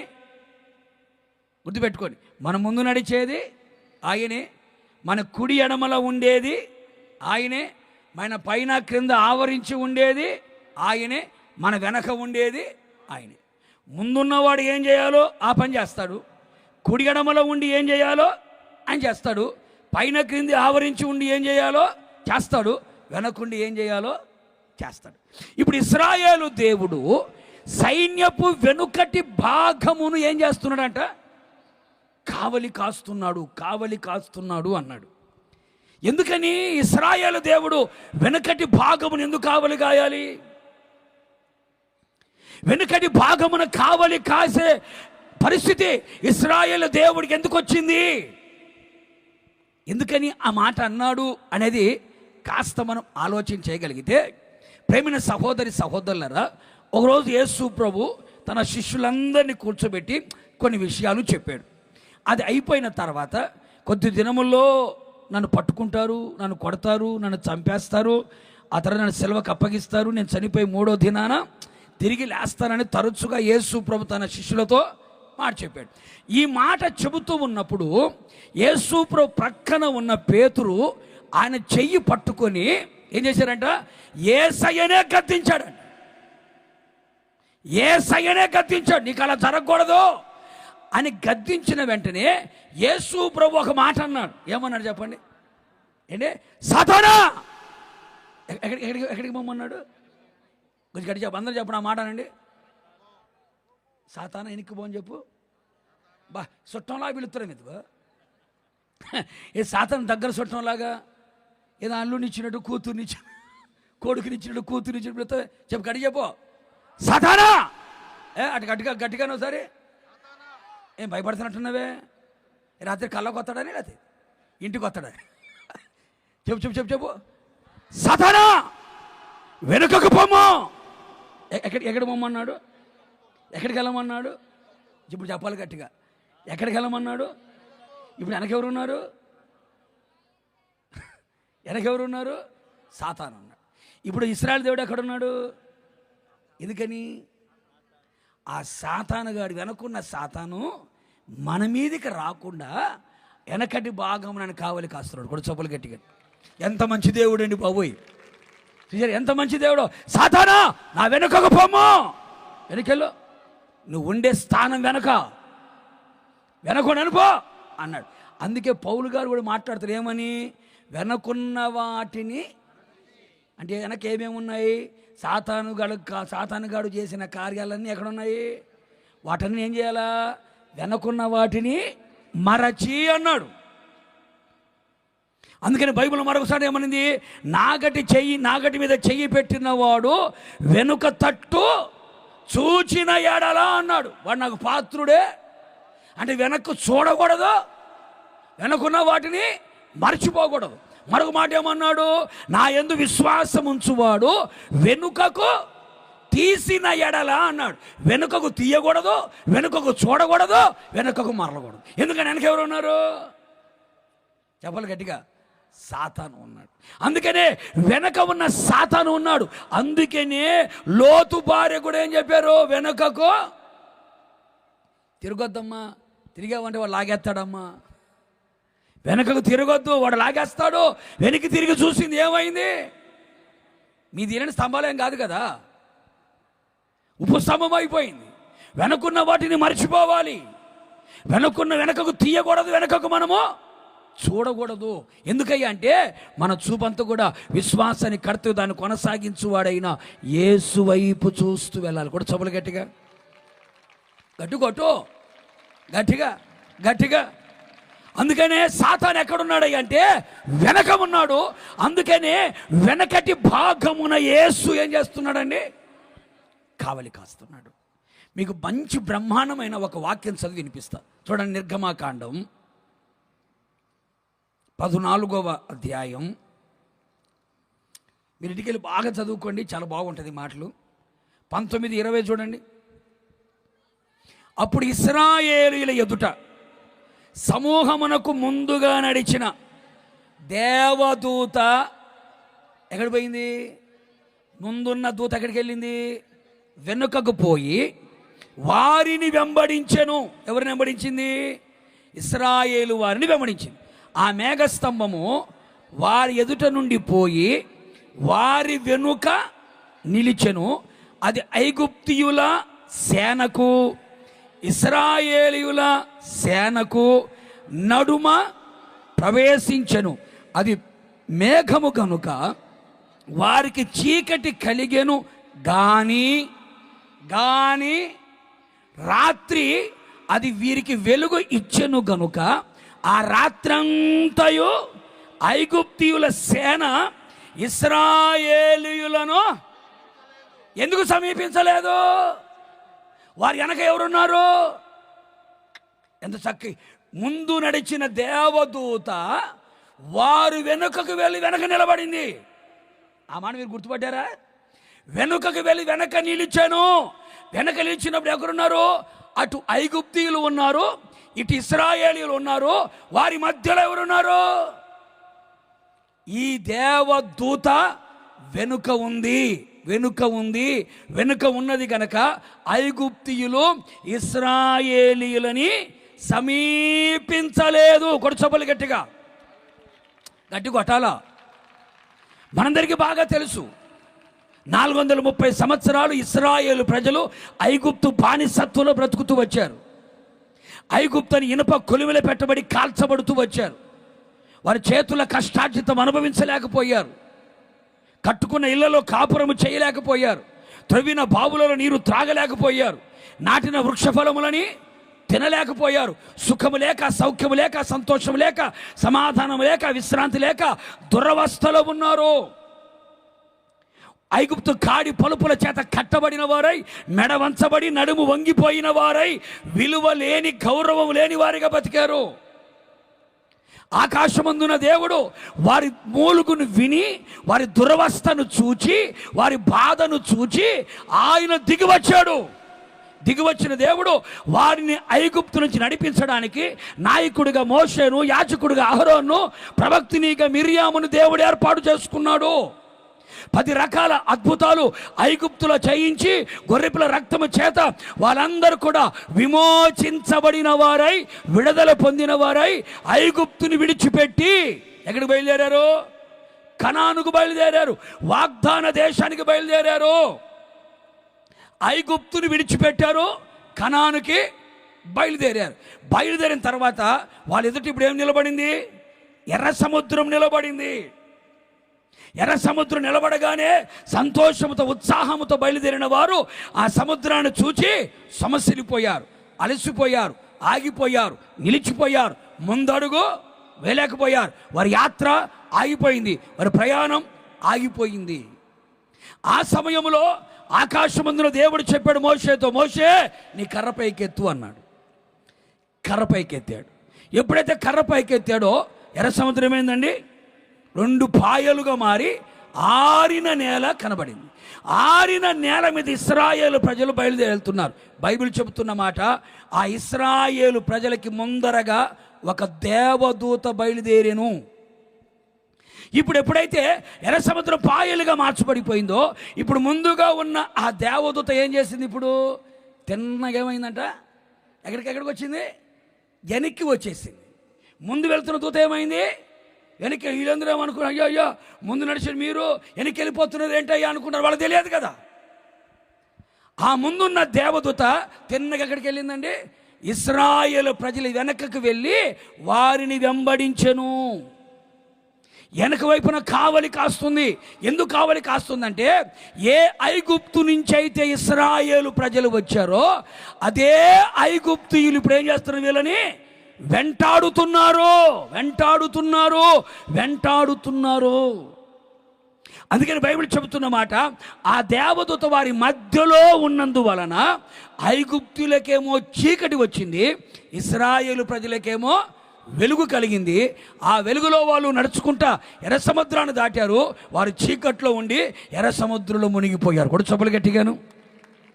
దీని ద్వారా మనం తెలుసుకోవలసిన పాఠం ఏమిటయ్యా అంటే, మనం కూడా ఒకప్పుడు ఎక్కడున్నాము? ఐగుప్తులోనే ఉన్నాం, చీకట్లోనే ఉన్నాం, గాఢంధకారంలోనే ఉన్నాం, నేత్రాశలో ఉన్నాం, శరీరాశలో ఉన్నాం, జీవోపడంబంలో ఉన్నాం.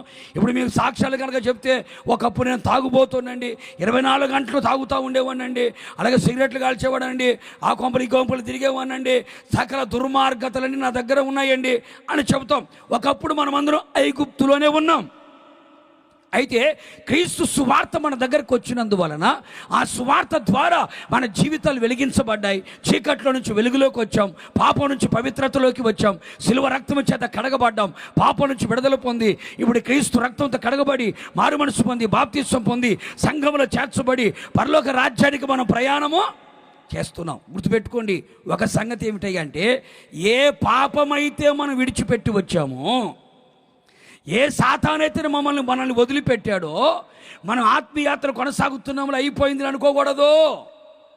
మనం సత్యంత వరకు కూడా వాడేం చేస్తుంటాడు? మనల్ని చెప్పాలి గట్టిగా, ఆ పాపాలు వెంటాడుతూనే ఉంటాయి. అందుకే చూడండి, యేసు ప్రభుని కూడా బైబిల్ ఏమని రాసిందంటే, కొంతకాలమే సాతాను యేసు ప్రభుని విడిచిపెట్టిందంట. కొంతకాలమే. ఏది? ఆ కొండ మీద శోధించబడిన తర్వాత రాస్తుంటుంది, కొంతకాలమే యేసయ్యను సాతాను వెంటాడుతూనే ఉంది. అలాగే మనం విడిచిపెట్టొచ్చిన పాపాలు, మనం వదిలేసిన పాపాలు, మనం తొలగొట్టుకున్న పాపాలన్నీ కూడా, ఆ చీకటన్నీ కూడా మనం వెంటాడుతూనే ఉంటాయి. ఎప్పుడు మనం బలహీనం అయిపోతామో మనలోకి ఆవరించడానికి అవి వెంటాడుతూనే ఉంటాయి. అయితే వెంటాడుతున్న ఆ పాపం నిన్ను సమీపించకుండా ఉండడానికి, నీ మీదికి ప్రవేశించకుండడానికి ఇశ్రాయేలు దేవుడు వెనుకటి భాగమున కావలి కాస్తున్నాడు. కూడా చెప్పులు గట్టిగాను. ఈ రోజున మనం ఈ విధంగా కనబడుతున్నామంటే, దేవుని యొక్క వాక్యాన్ని చేతబట్టుకొని వక్రజనం మధ్య మనం ఈ రోజున కనబడుతున్నామంటే కారణం ఏమిటంటే, మన వెనుకటి భాగమున కావలి కాసే ఇశ్రాయేలు దేవుడు ఉన్నాడు. లేకపోతే ఎప్పుడో మనం పడిపోవలసిన వారమి, పాడైపోవలసిన వారమి, పతనమైపోవలసిన వారమి. అందుకని సాతాను కూడా విడిచిపెట్టి వచ్చిన తర్వాత వదలడు. అందుకని బైబిల్ ఏమని రాస్తుంది? సాతాను ఒక వ్యక్తిని విడిచిపెట్టి వెళ్ళిపోయిన తర్వాత ఏంటి, విశ్రాంతిని వెతుకుతూ నీరు లేని చోట్లను వెతుకుతుంటుందంట. ఏ చోటు? నీరు ఎక్కడ లేకుండా చూస్తూ దానికి కూడా విశ్రాంతి కావాలి, దానికి కూడా రెస్ట్ కావాలా, గెస్ట్ హౌస్ కావాలా. అందుకని వెతుకుతుందంట. వెతుకున్నప్పుడు మళ్ళీ వెంటనే సడన్గా ఒక ఆలోచన వచ్చింది. ఏమని? చేసి వచ్చిన కాపురం చూసెత్తు పోలే అని అనుకుందంట. అనుకొని ఎవరినైతే విడిచిపెట్టి వచ్చిందో, ఒకప్పుడు తాగుబోతాడుగా ఉండి మారు మనసు తాగుడు మానేసి బైబిల్ పట్టుకొని పోతుంది. ఒకప్పుడు కొంపలు కూల్చే మనిషి. ఏ మనిషి? ఆ ఇంటి సంగతులు ఈ ఇంట్లో చెప్పి, ఈ ఇంట్లో సంగతులు ఆ ఇంట్లో చెప్పి, పచ్చని కాపుల నిప్పులు పోసి కలకలాడుతున్న కుటుంబాల్లో నిప్పులు చల్లి వాళ్ళు విడిపోతే పక్క నవ్వుకుంటా కూర్చుంటారే, ఆ బతుకంతా మానేసి శుభ్రంగా బైబిల్ చేత పట్టుకుని పాటలు పాడుకుంటూ వెళ్తుందో, ఆ మనిషి ఎట్టా ఉందో మరలా తాగుడు వదిలిపెట్టాడుగా ఎట్టా ఉన్నాడో, ఈ కోడి పందాలు వదిలిపెట్టాడుగా ఎట్టా ఉన్నాడో, క్రికెట్ బెట్టింగ్లు వదిలిపెట్టాడుగా ఎట్టా ఉన్నాడో చెప్పరేంటండి. చూసొద్దాం అనుకుందంట చేసి వచ్చిన కాపురాన్ని. అందుకే సాతాను ఒక వ్యక్తిని విడిచిపెట్టి పోయిన తర్వాత విశ్రాంతిని వెతుకుతూ నీరు లేని చోట్ల వెతుకుతుందంట. తర్వాత వెంటనే ఏమనుకుంది? విడిచిపెట్టి వచ్చిన వాడిని చూద్దామని చెప్పి తిన్నగా ఆ ఇంటి దగ్గరకు వస్తే ఆ ఇల్లు ఊడ్చి అమర్చబడి ఉండుట చూసిందంట. కానీ అందులో ఏమి లేవు, నీళ్లు లేవు. ఏంటంట? వాక్యమనే నీళ్లు లేవు, పరిశుద్ధాత్మని నీళ్లు లేవు. అమ్మ బాగా వర్షపడింది, శుభ్రంగా ఊడ్చి అమర్చబడింది. అంటే ఊడ్చి అమర్చబడడం అంటే మారు మనసు పొంది తెల్ల బట్టలు వేసుకొని బైబిల్ సంకలనం పెట్టుకుంది. కానీ ఇంకేమి లేవు. వాక్యం లేదు, వాక్యమైన నీళ్ళు లేవు, పరిశుద్ధాత్మనే నీళ్ళు లేవు. అందుకే సాతాను గారు ఏం చేశాడు? విడిచిపెట్టి వచ్చిన వాడిని చూసి ఈడు ఏం చేశాడు? తక్కువ ఈడే మహాషడ్డోడు అనుకుంటే ఈడికంటే షడ్డను 7 ఉన్నాయంట. హలో, ఎక్కడున్నావు? లక్ష్మీపురం సెంటర్లో ఉన్నా. ఎవరు దొరకలేదా? ఎవరు దొరకలే? వచ్చాయి. దొరికిందిరా. హలో, ఎక్కడున్నావు? భీమవరం సెంటర్లో ఉన్నా. వచ్చేసాయి, నువ్వు కూడా వచ్చాయి. హలో, ఎక్కడున్నావు? పల్లెపాలెం. హలో, ఎక్కడున్నా? నరసాపురం. హలో. వీడికంటే చెడ్డవాడిని వాడికి 7 మందికి ఫోన్ చేశాడు. 7 మంది ఫోన్ చేసి 7 + 1 మొత్తం ఎన్ని? 8. ఆ ఇల్లు ఉండడానికే పోవడానికే. అందుకే మనల్ని వదిలిపెట్టిన, మనం ఏ ఐగుప్తునైతే వదిలిపెట్టి వెళ్ళిపోయామో అదే ఐగుప్తులు మరలా మనల్ని తనకు బానిసలుగా చేసుకోవడానికి వెంటబడుతున్నారు. రథాలు వేసుకొని, గుర్రాలు వేసుకొని వెంటబడుతున్నారు. అందుకని ఆ ఐగుప్తీయులు ఈ ఇశ్రాయేలు ప్రజలని సమీపించకుండా ఉండడానికే ఇశ్రాయేలు దేవుడు వెనకటి భాగమున మహిమతో ఉన్నాడు. కూడా చెప్పులు గట్టిగా నిన్ను కావలి కాయడానికి, నీ ఆత్మీయ జీవితాన్ని కాపాడడానికి, నీ విశ్వాసాన్ని కాపాడడానికి, నీ ప్రార్థనా జీవితాన్ని కాపాడడానికి, నీ పరిశుద్ధతను కాపాడడానికి, నీ నీతిని కాపాడడానికి, నీ యథార్థతను కాపాడడానికి, నీ పొందుకున్న అభిషేకాన్ని కాపాడడానికి నీ వెనుకటి భాగమున ఇశ్రాయేలు దేవుడు ఉన్నాడు. కొడసబలి గట్టిగా. ఆ పరిశుద్ధాత్మ ద్వారా సమస్తమును కాపాడబడాలి. మన పాదములు తొట్టిల్లిపోకుండా ప్రభు రాకడ దినమందు మన నిర్దోషులుగా, నిష్కపటులుగా, నిందారహితులుగా ఆత్మ ప్రాణ శరీరం కాపాడబడాలి అంటే మన వెనుకటి బాగానే ఎవరుండాలి? ఇశ్రాయేలు దేవుడు కావలి కాయాలి. ఆయన మనల్ని కాపాడుతున్నాడు. ఆయన కాపాడకపోతే కావలివాడు కళ్ళలో కొవ్వొత్తులు పెట్టుకున్నా, కుక్కలను పెంచుకున్నా, కరెంటు పెట్టుకున్నా, బాడీగార్డుని పెట్టుకున్నా, బౌన్సర్లను పెట్టుకున్నా వ్యర్థమే. అందుకే మన ఆత్మీయ జీవితం ఎవరు కాపాడాలి? యేసయ్య కాపాడాలి. ఇశ్రాయేలు దేవుడే కాపాడాలి. ప్రభువు రాకడ దినము వరకు కూడా మన ప్రాణాత్మ శరీరములు ప్రభు రాకడ దినం వరకు కూడా నిందారహితముగా కాపాడబడాలి. నిర్దోషులుగా మనం కాపాడబడాలి. తొట్టిల్లిపోకుండా మనము కాపాడబడాలి. మన భక్తి జీవితము కాపాడబడాలి. యెహోలోక మాలిన్యం అంటకుండా కాపాడబడాలి. ఏ చీకటి అనుభవాలు, ఏ చీకటి కార్యాలు మనలోకి రాకుండా కాపాడబడాలి.